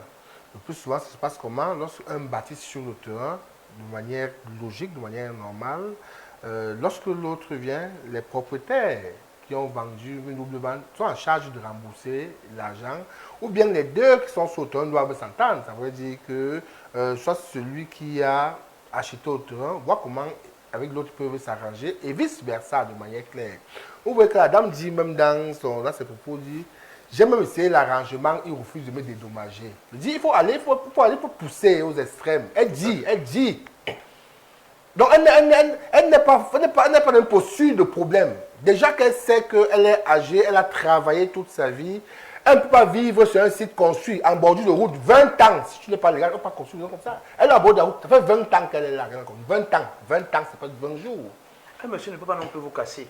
Là où vous vivez depuis 20 ans, au motif qu'il est milliardaire. Je crois que vous et nous sommes sur un dossier qui est quand même similaire quelque part. Tout à fait. C'est similaire, c'est comme le port de Douala. Tout à fait. Où ils viennent prendre pour rien. Non, faites pas comme si vous êtes au courant de certains dossiers. Mais je dis oui. Voilà. Je dis oui. Voilà. Je vous dis qu'on ne peut pas non plus casser une dame établie sur un terrain en bordure de route depuis 20 ans alors qu'elle possède un petit foncier. Il y a anguille sous roche. Je dis donc. Au motif qu'on est milliardaire. Je dis donc. Le procès, vous évoquez l'extension du port de Douala. Ce procès, ce dossier que vous avez très bien. Les mises en cause vont gagner. Ce que je veux dire, c'est quoi? Ils vont C'est gagner. qu'aujourd'hui, au Cameroun, les bouffes foncières atteignent des cimes. Ce n'est pas le seul cas. On peut citer des cas comme ça, les gens à Yaoundé. Si on ouvre les standards ici, au moins 1000 vont vous dire, j'avais mon terrain à Yaoundé, on est venu me l'arracher. J'étais encore ici l'autre jour, je ne vais pas citer les noms ici, un ancien habitant de Dragage. Il vivait à Dragage, avec toute une communauté à Dragage. Un matin, les gros bois arrivent à Dragage, on arrache le toit, on casse, on met les chiens, on chasse les gens. C'est comme ça à Yaoundé, c'est flagrant, c'est pas tout le temps à Yaoundé. Sauf que je veux dire une chose, c'est quoi? C'est que, quelle que soit la posture qu'on peut avoir dans la vie, je pense que faire preuve d'humanisme, d'humanité, c'est pas cher payé. Vous ne trouvez pas une maman qui vit depuis 20 ans dans un endroit qui est au soir de sa vie, vous la démolie comme ça. Une maman qui vous tend la main, qui vous dit, arrangeons alors même. Tu dis que tu ne dédommages, tu casses. Le sous-préfet, qui est l'autorité locale, vous interdit de démolir. Ça veut dire que là, c'est une information, nous sommes d'accord. Vous avez démoli, Mario vous a dit, ça veut dire qu'il y a un problème tout de même. Même s'il est dans ses droits, il doit... L'autorité locale ne se place pas au-dessus de la Je dis, si l'autorité vous dit, ne démolissez pas les maisons dans ma circonscription. Si l'autorité le dit et qu'il y y a une décision de justice, il y a une décision de justice qui a été prise, qu'est-ce qui doit être... C'est l'aspect émotionnel du management que nous évoquons. Ça veut dire quoi? Ça veut dire ce que ça veut dire. Vous estimez, la justice est au-dessus de vous estimez, non, La justice est au-dessus de la loi, mais l'autorité locale est aussi garant de la sécurité publique dans sa zone. Oui, on parle ça veut dire quoi? Ça veut dire ce qui est sûr, donc, ce qui est sûr, c'est quoi? La subjectivité. Ce qui est sûr, c'est quoi? Le sous-préfet ne prend pas ses décisions au hasard. La justice la plus Il la prend certainement en ayant un ou deux éléments. La justice n'avait pas d'éléments. On ne peut pas à chaque fois faire ce que vous voulez faire. Vous voulez que la justice camerounaise, vous voulez qu'un milliardaire la justice camerounaise dans ce pays. La justice camerounaise, les hommes qui sont milliardaires. Julio, on ne cache pas une dame qui est établie quelque part depuis longtemps parce qu'on est milliardaire. Vous n'allez pas me dire aujourd'hui que parce qu'on a forcément des gens plus solides que son titre foncier. Je refuse d'entrer dans ce jeu-là. Je refuse. Vous estimez aujourd'hui quelqu'un devrait culpabiliser parce qu'il est milliardaire. Vous estimez aujourd'hui que la justice camerounaise est juste. Je sais qu'il y a une question de justice. C'est ce que je dis. Je me base là-dessus. Vous n'avez que la version de la femme. Avez-vous écouté la version de l'autre monsieur? Vous estimez aujourd'hui que la justice camerounaise est juste. Elle court à l'arrangement. Pourquoi? Avez-vous écouté la version de l'autre monsieur? Donc vous estimez que. On veut répondre faire. Parce qu'on attend. Oui. Hein? Oui. Vous avez la mauvaise posture. Oui. Monsieur. On peut aller. Cette demande d'arrangement, c'est qu'elle sait qu'il y a quelque part quelque chose qui ne va pas. Ça ne veut rien dire. Oui. Ça ne veut rien dire. Donc arrêtez. Tout le monde n'a pas les postures guerrières comme vous, toi, la guerre. Bêtement. On ne casse pas quelqu'un établi à un endroit depuis 20 ans. On vous a pas au Cameroun. Sans une décision solide. On le fait au Cameroun tous les jours. Je vous dis que Paul Biya a perdu un procès de litige foncier. Vous parlez de quoi? Encore que ça, il faut que vérifier. On le fait. Je vous le dis devant les caméras. Vous ne parlez même pas ça. Ici au golf, c'est un terrain qui est ici au golf. Il a perdu. Je ne crois pas, vous le dites. Je ne crois même pas que ce soit pour le Cameroun. C'est parce que vous n'êtes pas renseigné. Maintenant, je vous dis. Il a perdu un procès. Litige foncier. Je n'ai pas dit que c'est Paul Biya. Je peux dire que c'est faux, mais je ne vous peux pas pourriez le dire. Mais ça je témoignerait dis de que votre le Cameroun, c'est fréquent. On arrache les terrains des gens avec l'émotion uniquement. Maintenant, allez donc vérifier. Sur ce plateau, maintenant, allez vérifier. Sur ce plateau, allez vérifier. Je vais ramener au Cameroun la version sur laquelle vous m'avez perdu allez-y. au Cameroun. Allez-y. Allez, prenez l'engagement devant les caméras. Je prends l'engagement que je vais vous démontrer que je vais vous démontrer que Paul Biya a perdu du procès tout au Moi, je n'ai pas besoin de sortir de ce plateau. Je peux vous apporter la preuve là où je suis. D'accord, merci. C'est la différence entre vous et moi. Merci beaucoup. Bertrand Bika, merci. Je lui harcèle. Il n'a rien perdu. Je lui harcèle, Job. C'est autant que je pense là, c'est pas. J'ai dit que je vous apporte la preuve là où on est là. Une décision de justice. Je lui harcèle, Job. Merci beaucoup. Pas loin. Merci beaucoup, Julien. Merci beaucoup. Je dois dire quoi? Vous devez dire merci. Merci. D'accord. On peut évoluer. Il faut arrêter de tromper les caméras. Non, il faut arrêter. L'émotion ne gère pas la société. Attendez. Il faut arrêter. J'ai pris la parole. Il y a des décisions de justice. Je lui harcèle, Job. J'ai repris la parole. D'accord. Voilà.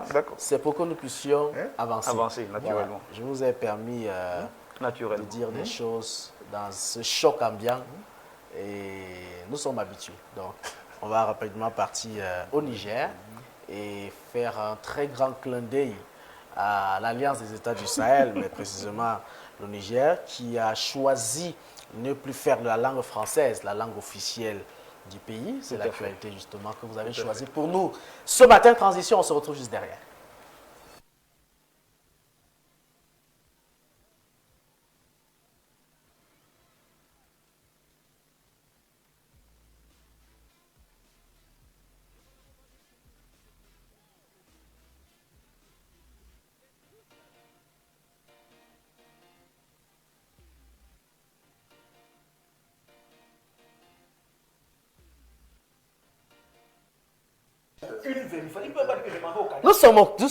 Nous sommes à l'écran. Ah, d'accord.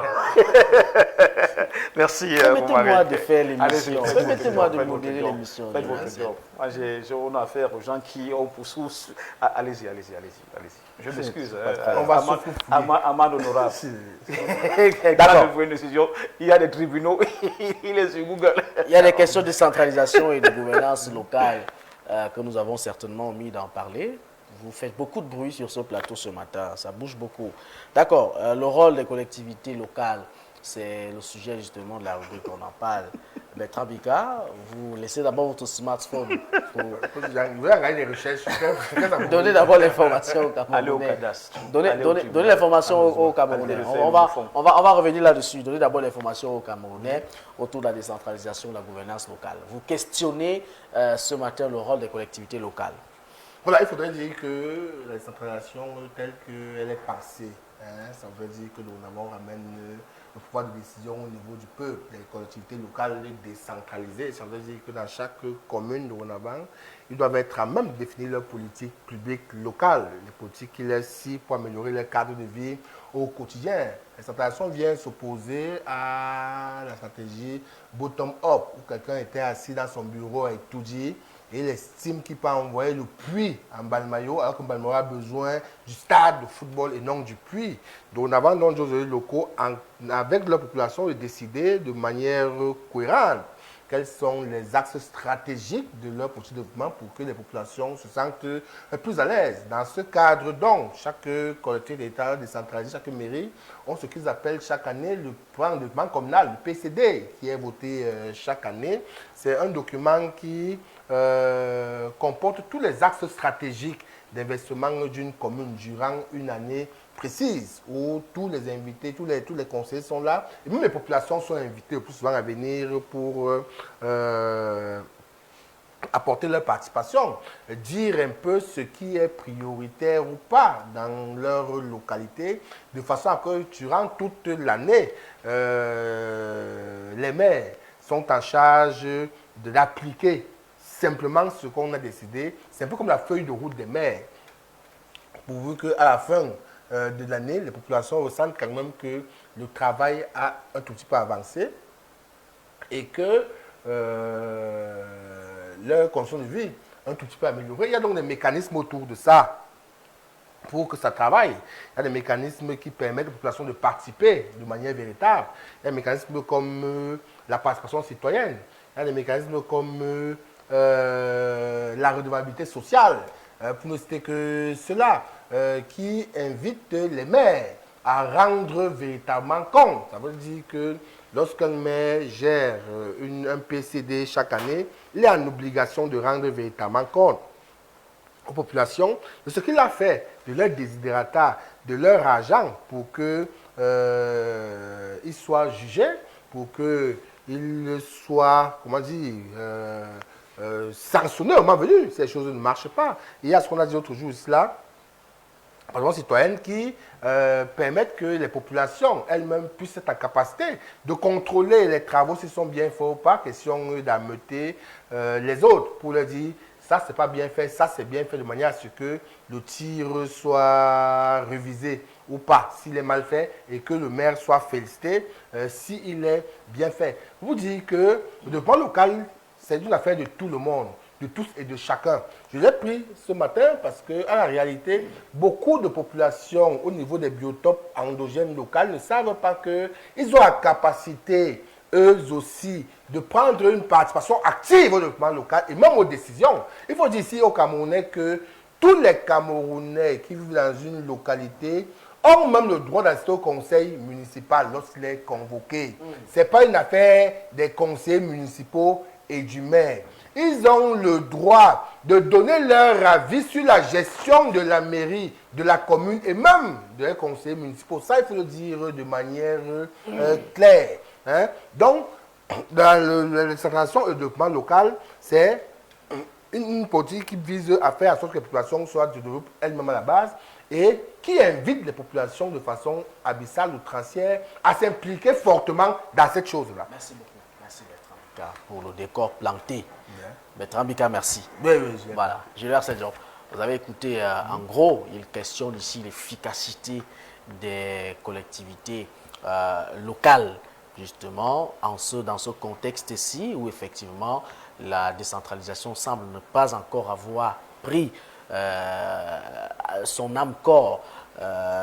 Et il veut comprendre si effectivement ceux qui sont élus localement font l'affaire à l'endroit de leur population. De manière simple, j'explique en quelques mots. Le décor, je ne sais pas, vous expliquez pour les téléspectateurs, je suppose. Bien évidemment, pas pour vous. Parce qu'il faut dire que si le décor a été bien planté, il y a malheureusement quelques ambiguïtés, quelques manquements dans le développement de Bertrand Bika, parce qu'il présente ici le PCD comme une œuvre des communes, ce qui n'est pas vrai. Les PCD sont élaborés par les organismes d'appui local recrutés par le PNDP. Donc les maires sont chargés de l'exécution des PCD pour ceux qui le peuvent. Il faut d'ailleurs dire que le PNDP, il y a quelques années, lançait le programme de formation des cadres citoyens, dont le contrôle citoyen de l'action publique dans le cadre du projet Scorecard. Ça, il faut pouvoir le dire, c'est un dossier que je maîtrise à la perfection. Les mairies, il a raison sur un point lorsqu'il dit que les conseils sont ouverts également aux populations. Moi, je pense même qu'il faut délocaliser les conseils aujourd'hui. Parce que les conseillers viennent des différentes zones d'une circonscription. Je pense qu'il faut des mini-conseils. Les conseillers d'une certaine zone se regroupent les populations, tiennent un mini-conseil et recueillent les avis des uns et des autres, les apports des uns et des autres, qui les ramènent au conseil dans leur globalité. Mais comme tout est fait, encore que je voudrais rappeler que les maires aujourd'hui convoquent les conseils quand ils estiment avoir l'argent pour les payer et pour payer les conseillers au cours des sessions. C'est d'ailleurs un très très grand désastre. Les conseils devraient avoir lieu à des fréquences bien définies et connues comme des sessions parlementaires à l'Assemblée nationale. À la vérité, le conseil, c'est une sorte de micro-assemblée à l'échelle locale. Mais je ne connais pas, je ne comprends pas cette légèreté dans le traitement du conseil communal, du conseil municipal. Qu'un maire convoque quand il estime qu'il a de l'argent. Mais qu'est-ce que c'est que ça? Une session parlementaire peut-être convoquée de manière aléatoire au Cameroun, mais non. Il y aura une véritable crise. Les parlementaires vont véritablement créer une situation, un scandale. Il faut qu'on témoigne le même respect aux conseillers municipaux, donc au conseil. Tant qu'on n'a pas encore des conseils municipaux bien organisés, bien structurés, on ne peut pas parler réellement du rôle des collectivités territoriales. Quand le conseil municipal qui est censé recueillir les doléances des populations et les cheminots au niveau de l'exécutif communal, quand celui qui est censé même prendre l'avis de ceux qui l'ont élu, quand celui qui est censé contrôler l'action même, au même titre que le citoyen de l'exécutif communal, n'est convoqué ou n'est amené à la table qu'à des occasions où le maire estime qu'il a des perdièmes à l'issue des sessions, comment pensons-nous que ces conseils-là peuvent être efficaces? Non, c'est illusoire, c'est une utopie, ça n'est pas possible. Donc on n'en est même pas encore là, Bertrand. Vous avez poussé le sujet tellement loin qu'il faut peut-être revenir à la base. Avons-nous véritablement des conseils municipaux? La question qu'il faut se poser. Je ne réponds pas à la négative, mais absolument pas. Absolument pas. Peut-être les conseils de ville peuvent se tenir à des dates bien connues ou prévues par la réglementation en vigueur, mais dans les villages, le maire convoque les sessions quand il aura l'argent, les 75 000, les 100 000, les 120 000, les 150 000 francs pour les payer tout au long des mois qu'ils ont sauté. Parfois, ils ne recouvrent même pas les 50 000 francs qui leur sont dus normalement chaque mois passés entre sessions, donc au moins 150 000 francs CFA à la convocation trimestrielle, ce qui est d'ailleurs la norme. Mais ce n'est pas le cas maintenant. On n'a pas de conseil municipal, on ne peut pas parler de l'efficacité des collectivités territoriales décentralisées. Tout repose sur le maire qui, quand il veut, donne quelques tâches à ses adjoints et point. Donc, à ce niveau même, déjà, il y a un véritable problème. Comment on va exécuter un PCD qui, lui, est fait selon les normes, selon l'art, alors qu'on n'a pas les conseils municipaux? C'est toute la difficulté. Donc, ça reste illusoire, ça reste l'utopie et on n'est pas parti pour sortir de l'auberge, malheureusement. Il est difficile de rentrer dans ce débat quand la base est faussée. Bertrand Bittard, est-ce que, de votre point de vue, ces collectivités locales jouent un rôle fondamental, effectivement, dans le cadre de l'amélioration des conditions de vie de ces citoyens, quand on connaît les missions à eux réservées ou données par le chef de l'État lors de leur nomination ou de leur... Est-ce que vous avez le ressenti de la présence, de l'impact de ces collectivités locales-là? Ce que vous avez dit, on va faire une petite digression rapide. Pour dire que le PCD, oui, Jadji était fait par le PNDP. C'était une vision globale du développement des communes. Je me suis dit que vous devriez répondre à la question. On va recadrer deux ou trois choses. Je les note clairement. Rassurez-vous, mon cher Bertrand. Là, je sais, passe. Bon, après l'élection des hommes, parce que voilà. Non, allez-y, pourquoi? Voilà, parce que c'est une émission éducative. Non, c'est une émission éducative, Julio Arcel Job. Maintenant, en tant que modérateur, j'ai aussi le devoir de prendre des notes et de rebondir pour éclairer certaines choses pour qu'on puisse avancer. Parce que tout à l'heure, par exemple, vous avez fait comprendre que Paul Biya a perdu un procès. Le fait que je laisse passer ne veut pas forcément dire que je ne suis pas au courant. Parce qu'effectivement, il ne s'agit pas de Paul Biya, président de la République. Mais dans certains, Paul Biya à Ouano. Maintenant, j'attendais simplement, le moment viendra, on va tout simplement... Non, Julio. On en reparle demain si vous voulez. Non, pas demain. Aujourd'hui même si vous voulez. D'accord, tout à l'heure. J'ai prévu un espace pour cela. Il faut qu'on essaye d'élaguer deux ou trois choses. Allez-y. Non, on va en parler, Julio, avec beaucoup de... On va au cadastre tout à l'heure à la sortie. Là, je suis docteur Annie Nonga qui est cadre, directeur de ces affaires, vous parlez de quoi? Je cite son nom à l'entête. Non. Allons vérifier au cadastre. Julio Arceljo, nous allons en Google, reparler. Google, vous parlez de Non, quoi? on n'a pas Allons-y au besoin, on n'a cadastre. pas besoin de Google. Pourquoi? Parce que nous sommes Allons-y. dans l'actualité. Nous la Et vous êtes au décryptons. cadastre là? Non, D'accord. ça, ce sont mes appels. C'est pour dire qu'il n'y a pas de Google qui parle avec De moi. toute façon, on va fouiller. Ah non, il n'y a pas Mais question je de vous y fouiller. encourage Nous tellement. connaissons l'actualité. Nous Mais je savons vous y ce- encourage tellement, il faut bien. Oh non. Allons au cadastre juste Pas après Awano, l'émission. Awano, qui était Allons justement- au cadastre, bon sang. Non, Awano a été ingénieur au cadastre. Est-ce que c'est poli de prendre là là. le pari devant les testateurs? C'est poli? On va revenir vers vous pour les informations. Voilà. Allez-y, C'est Bertrand. l'information qui sera dite. Parce que je sens que vous avez un peu d'argent dans vos poches là que vous voulez perdre. Allons-y, Bertrand. Bah non, je t'avais dit donc que le PCCF, le devoir communal qui jadis était fait par les cadres de la mairie, après avoir consulté les populations à la base, il faisait ressortir les projets prioritaires qui consignaient dans un document qu'ils appelaient PCD, qui soumettait à la mairie pour que la mairie travaille ça pour aider les populations. Sauf que depuis un certain moment, bien qu'au paradigme reste constant, il a légèrement varié. Parce que dans les PCD sont ajustables au fil des années et des priorités que les maires eux-mêmes voient sur la population. Ça veut dire que chaque année budgétaire, quand les maires arrivent au niveau du conseil avec de nouvelles priorités pour le budget, ils ne sont plus tenus à ce PCD. Eux-mêmes ont un PCD qu'ils mettent, soit ils ajustent, soit ils font un nouveau PCD. Donc, Ils actualisent, c'est le mot. Ils actualisent. Voilà, parce qu'il dit, il pas le PCD, pas le PCD parce que c'est que ça actualisé tout le temps. Dans les conseils municipaux, je vais seulement rétablir un peu ce fait. Vous avez dit quoi de différent? Non, vous dites la même chose. Vous avez dit quoi de différent? Vous dites exactement la même chose. Non, il a dit que les PCD sont essentiellement faits par Les organismes d'appui, tout à fait. Mais je lui ai dit, Ce n'est pas la mairie, c'est les cadres affectés à cet effet qui nous je suis donc en train de lui dire maintenant que ces PCD dorénavant étaient jadis faits comme ça. Aujourd'hui, ça s'actualise avec la population des populations directement, avec la population des cadres. Vous dites exactement la même chose parce que depuis la nuit des temps, ça a toujours été actualisé. Donc, ce que nous retenons, effectivement... recrute des organes d'appui qui sont affectés dans les mairies, c'est eux qui le font jusqu'au bout. D'accord, on va avancer, allez-y. Voilà. Donc, quand il dit donc, ce qu'il dit donc c'est fait, c'est actualisé, c'est pas comme si vous ne pas trompé. Non, du tout, vous ne vous trompez pas. Voilà. Donc, quand on dit qu'il me trompe un peu dans ce qu'il a dit, il fait que je redis ce qu'il me Non, trompe. vous ne vous On dit la même chose autrement. On va dire ça comme ça. Pourquoi se battre-t-il tard? Voilà.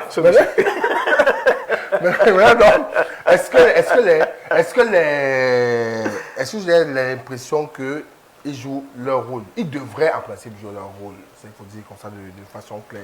Parce que, à la réalité, la proximité réelle avec la population, les problèmes endogènes et le développement doivent être confiés ou être confiés aux mairies.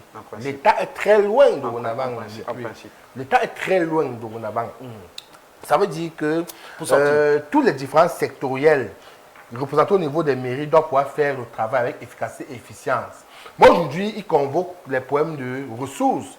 Ils convoquent les problèmes de ressources en tant que finance et même en tant que logistique et matériel. Ça veut dire que la performance, ils convoquent ça. Donc, est-ce qu'ils font ça aujourd'hui?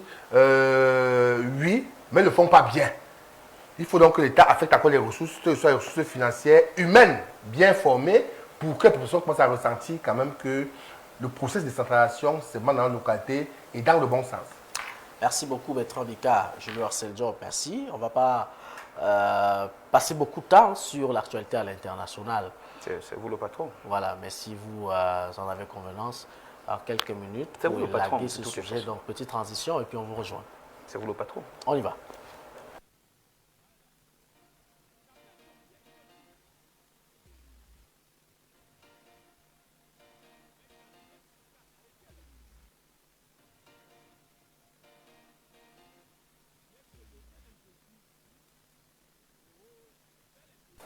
Retour sur le plateau d'Horizon Midi. Mesdames, Messieurs, on vous dit merci pour votre confiance. Julio Arceljo, il y a une actualité au Niger qui refuse à l'avenir de faire du français la langue nationale du pays. Naturellement, on a choisi ce sujet ce matin pour montrer à quel point les États ou l'Alliance des États du Sahel est déterminés à évoluer vers une certaine appropriation de son identité. Désormais, au Niger, par exemple, c'est le Haoussa qui devient la langue locale, le français restant sur une certaine période la langue uniquement de travail. Parce qu'on ne peut pas changer des choses qui sont établies depuis plusieurs décennies, mais la langue officielle devient ou deviendra dans le tout prochain jour le Haoussa dans ce pays-là, et on ne serait pas surpris de voir les autres États évoluer vers une telle décision. Jusqu'où? Question que j'aime bien me poser et vous poser sur ce plateau. Ira cette alliance-là, tentative de réponse, une fois de plus dans ce tour dans le monde? Déjà, j'avoue que je n'ai pas l'information. Ils ont combien de langues? Une seule de ce côté? Ben, peut-être pas une seule, il y en a plusieurs, mais le Haoussa est un petit peu la langue la plus facile à parler, comme le Fulbe chez nous. Hein, tout à fait. Voilà. Merci. Bertrand Bika, une autre action très forte, justement, du côté du Niger. Est-ce que vous avez l'impression qu'elle aura sa pertinence dans le temps et sur la durée? Et pour sortir avec une autre question, comme je l'ai dit, où ira l'AES? Jusqu'où ira l'AES? Je pense que le plus important, c'est de ne pas avoir peur du vide, de l'inconnu. Il faut d'abord poser les jalons. Aujourd'hui, ils ont le courage de dire le français n'est plus que langue officielle. Tout à fait. Maintenant, où ça va les conduire, personne ne sait. Ce qu'on peut préjuger du lendemain. Ils disent encore que le français, quand même, c'est la langue du travail. Tout à fait. Mais le Haoussa devient la langue officielle du pays. C'est aussi ça qu'on appelle s'affranchir des anciens jougs étrangers. Démontrer qu'on veut aller vers une certaine autonomie, c'est l'indépendance. Aujourd'hui, elle est langagière. Demain, elle va aller vers l'indépendance monétaire et militaire. C'est là où nous sommes en train de partir. Les autres pays sont construits parce qu'ils se recentrent sur eux-mêmes. Aujourd'hui, le Niger montre simplement aux autres pays que vous n'êtes pas obligé de rester sur les mêmes paradigmes d'antan. Quand vous les convoquez de manière globale, est-ce qu'elles vous ont satisfait ou pas? Tout le monde va dire non. Non et non. Il faut le dire comme ça de manière claire. Nous sommes aujourd'hui avec un pays qu'on appelle la France, à qui nous chaperonne. Nous sommes en train de passer de mal en pire au jour le jour. On voit nos vies désastreuses. On voit d'autres pays aller vers la perdition. On voit notre pays aller vers des contre-valeurs qu'on veut faire nous asseoir. Est-ce qu'on doit rester dans les contre-valeurs parce qu'on a peur de l'inconnu? Est-ce qu'on doit être asservi par quelqu'un qui lui-même n'arrive pas à bien se gouverner parce qu'on a peur de l'inconnu? Il faut dire non, on ne veut plus être avec vous. On va aller nous-mêmes pour prendre notre destin en main et voir où ça va nous amener. Moi, je pense que l'AES a de beaux jours devant elle, rassurez-vous. Un enfant, lorsqu'il naît, il rampe, il marche, il titube, finalement il va se lever. L'AES se cherche encore. Ils se cherchent, mais même leur début, pendant ce cherche, on se rend compte qu'ils ont comme de très bons débuts. Hein? Un jour, je suis certain que l'AES sera cité en exemple. Je suis encore un documentaire il y a 1 ou 2 jours. Vous sortez maintenant? Ben oui. Une chaîne étrangère, où on vous dit que le Togo est en train de se rapprocher fondamentalement de l'AES. Le Togo est en train de migrer vers l'AES aujourd'hui. Le Sénégal également. Voilà. Ça veut dire que vous comprenez que... Le Sénégal également. Ça veut dire que vous comprenez qu'ils commencent à fédérer autour d'eux. Hein? Ça veut dire que les idéologies commencent à porter. Et quand les idéologies commencent à porter, on ne peut pas la négliger aujourd'hui. Le Niger est sorti. Rassurez-vous qu'il y aura effet d'entraînement bientôt. Burkina va dire qu'ils sortent. Je voulais relancer Julio sur la question, l'effet d'entraînement. Est-ce que, au-delà du Sénégal, on a vu d'ailleurs cette information, je crois que c'était ce matin, il y a également le Togo qui ne cesse en tout cas de faire manifester cette volonté. Julio Arcel, est-ce que d'aucuns comprennent les fruits, je veux dire tendres, que produit justement l'AES aujourd'hui et veulent également aller dans ce champ-là? Mais souvenez-vous qu'il y a quelques jours sur ce plateau, nous annoncions la sortie de la francophonie de ces 3 États-là. Donc c'est une suite logique. Lorsqu'on sort de la francophonie, on ne fait plus du français notre langue officielle. Donc il ne serait pas surpris de voir rapidement le Burkina suivre la même logique ou le Mali. Vous parlez du Togo, avec le rapprochement avec le Togo. Le Togo est la porte d'entrée. Vous savez que les États de cette alliance n'ont pas d'accès direct sur la mer. Donc le Togo, c'est fait la nouvelle porte d'entrée. Il est tout à fait logique qu'il y ait ce rapprochement-là, c'est inévitable. À côté de cela, il faut quand même noter une incongruité sur ce plateau. Le français n'était parlé au Niger jusqu'ici que par 13% de la population. Alors qu'on vous dit que le Zarma Songhai, par exemple, qui est langue parlée dans l'ouest du pays, est parlé par le quart de la population. Le Haoussa part un peu plus que ça. C'est tout logiquement. C'était inévitable. Tout à fait, c'est tout logiquement qu'on va dire, ok, désormais, nous parlons le Haoussa à l'échelle nationale. On n'oublie pas que le Zarma Songhai est également parlé par un quart de la population qui pourrait devenir facilement la deuxième langue la plus parlée du pays. Et à côté, on recule le français en troisième position qui reste la langue officielle du travail parce qu'il faut bien qu'on ait des rapports avec les autres États. Donc, la suite logique est que comme les 3 États sont sortis de la francophonie, qu'on les voit rapidement sortir également leur langue locale. Et naturellement que d'autres États se rapprochent de cette alliance-là, tout comme Bertrand, il faut le dire, parce que moi je ne contredis pas pour contredire, l'AES a de très beaux jours devant elle. Transposition au Cameroun, une langue locale. Une langue au Cameroun, le local pourrait être difficile dans un contexte où les peuples sont extrêmement fiers d'eux aujourd'hui. Il y a hyper-tribalité, pas tribalisme cette fois-ci. Tout le monde voulait que sa langue soit imposée, mais la langue la plus parlée au Cameroun, on le sait tous, c'est le Foufoulé, si je ne me trompe pas. Julien Arcel, rapidement. Ce serait une très bonne solution. En tout Ça a été dit. Mais les égoïsmes vont nous laisser. On retient que le Togo est très proche justement de l'AES, le Sénégal également qui manifeste cette volonté. On retient que l'actualité au Niger, voilà, le français ne fait plus parler la langue officielle. C'est ce qu'on peut dire en essentiel. Revue de presse, après la transition, on revient justement à vous, Bertrand Mbika, tout de suite.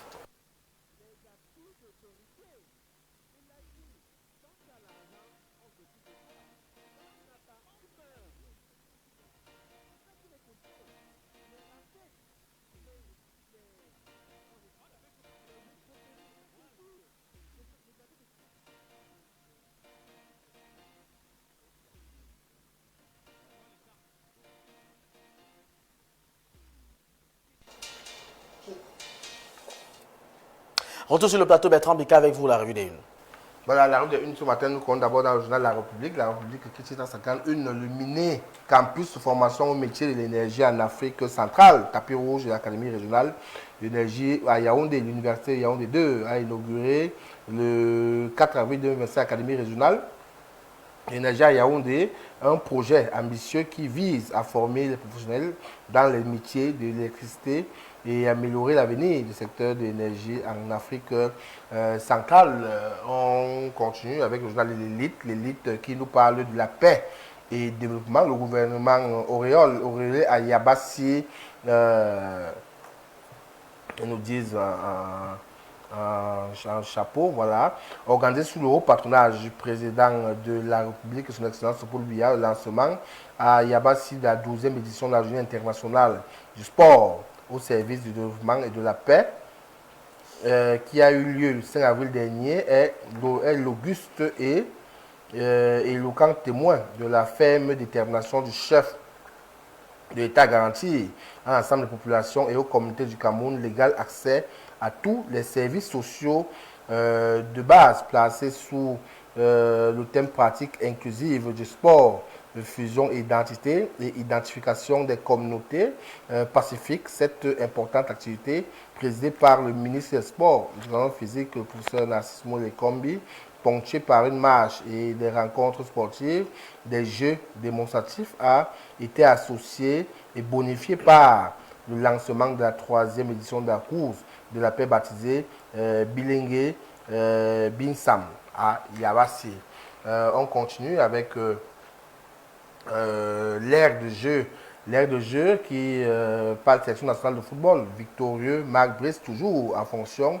Le perdant est office en déperdition, dépassé par une énième et très honteuse défaite d'une sélection nationale U17 dont on a l'heure entièrement confié les rênes. L'archevêque de Tinga et ses esprits invitent le gros mensonge de la démission de Marc Brice pour noyer la réalité hideuse d'une défaite de trop de la FECAFOOT version Eto.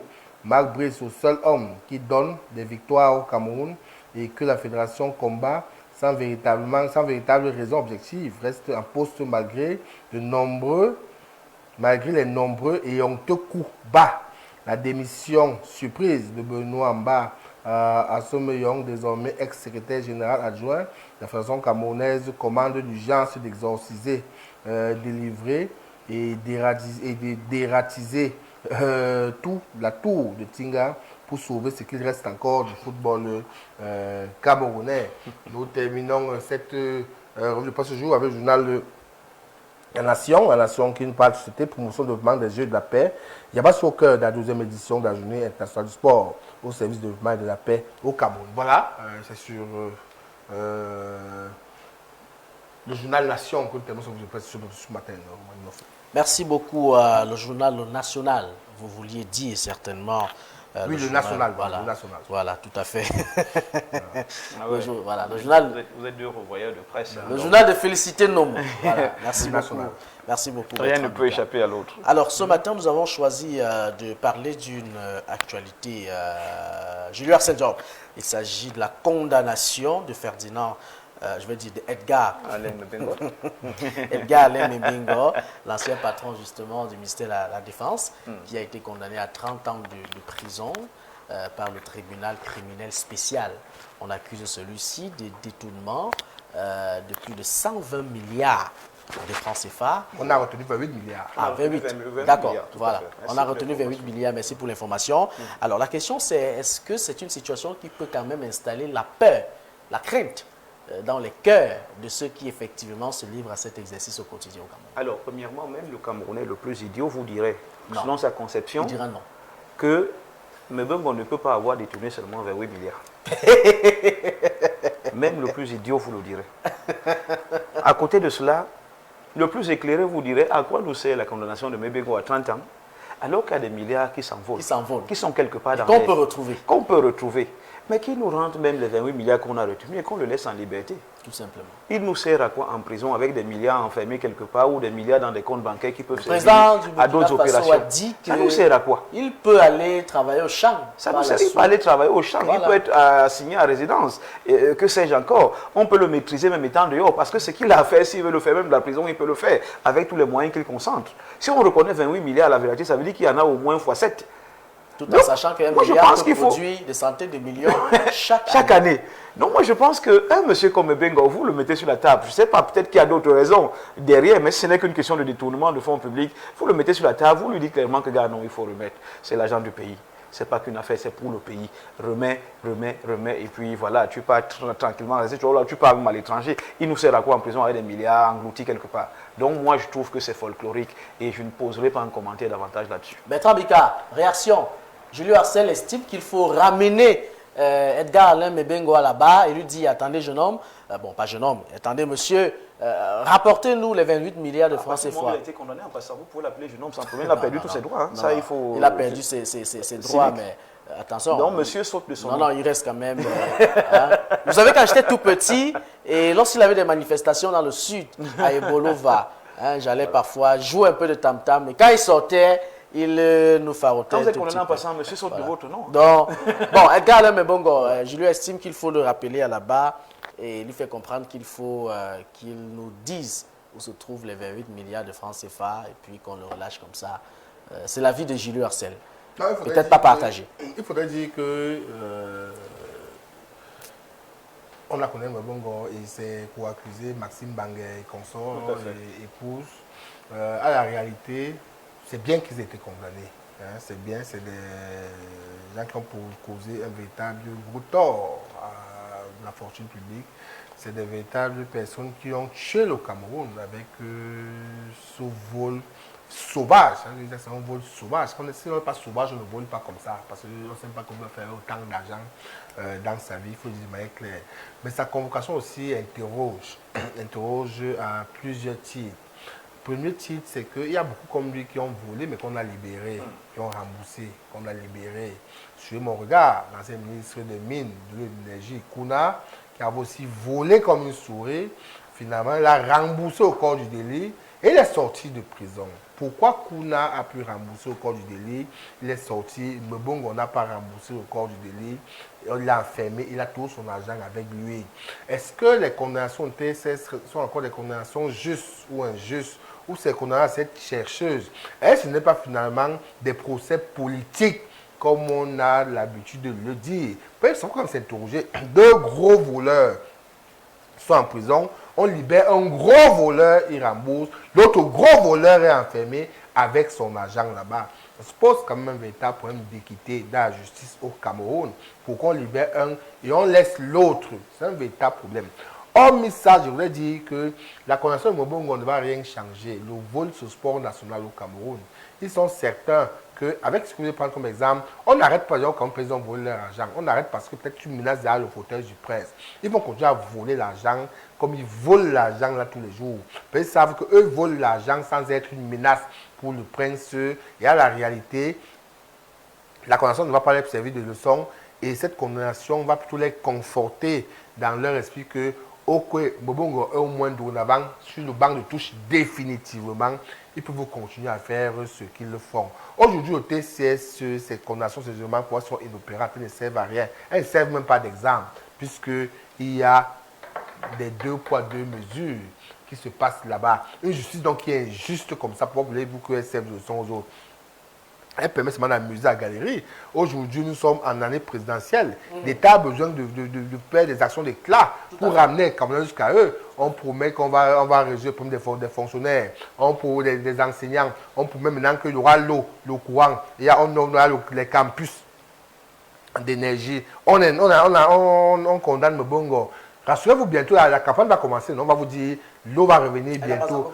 Je dis que quand ça va lancer le top départ, on va vous citer Mbongo qu'on a à 30 ans de prison. On va vous citer le campus universitaire qui est consacré à l'énergie. On va vous citer les enseignants qu'on reçoit tous les 3 mois pour régler comme les enseignants. Nous sommes dans une communication préélectorale. Donc moi, ça ne m'émeut pas. Et ils le savent. Et ça va passer comme ça jusqu'après octobre. Et après, la pression va retomber de manière simple. Mbongo est juste un malchanceux. Il semble aussi être en prière. Plutôt, on ne peut pas parler de malchanceux. Non, en attendant de voir pour octobre 2025, qu'est-ce qui va se passer? Non, dans le système, il reste aussi en prière, certainement. Vous dites dans le système, c'est un malchanceux. Vous dites que Kuna a remboursé, là, il est sorti, non? C'est pas possible, il est sorti. C'est un chanceux. Voilà, donc Mbongo est un malchanceux, un sacrifié du système. D'accord. Mais il est mauvais pour le Cameroun, il a volé du Cameroun, ça va dire clair. Mais dans le système, il est sacrifié dans le système. Et il va servir d'exemple, il sera cité en triomphe en octobre pour dire on a arrêté Mbongo, il est en prison pendant 30 ans, voto présent bien. Bertrand Bika, merci beaucoup d'être passé par ici. Merci. Jules Arcel Job, je vous dis merci.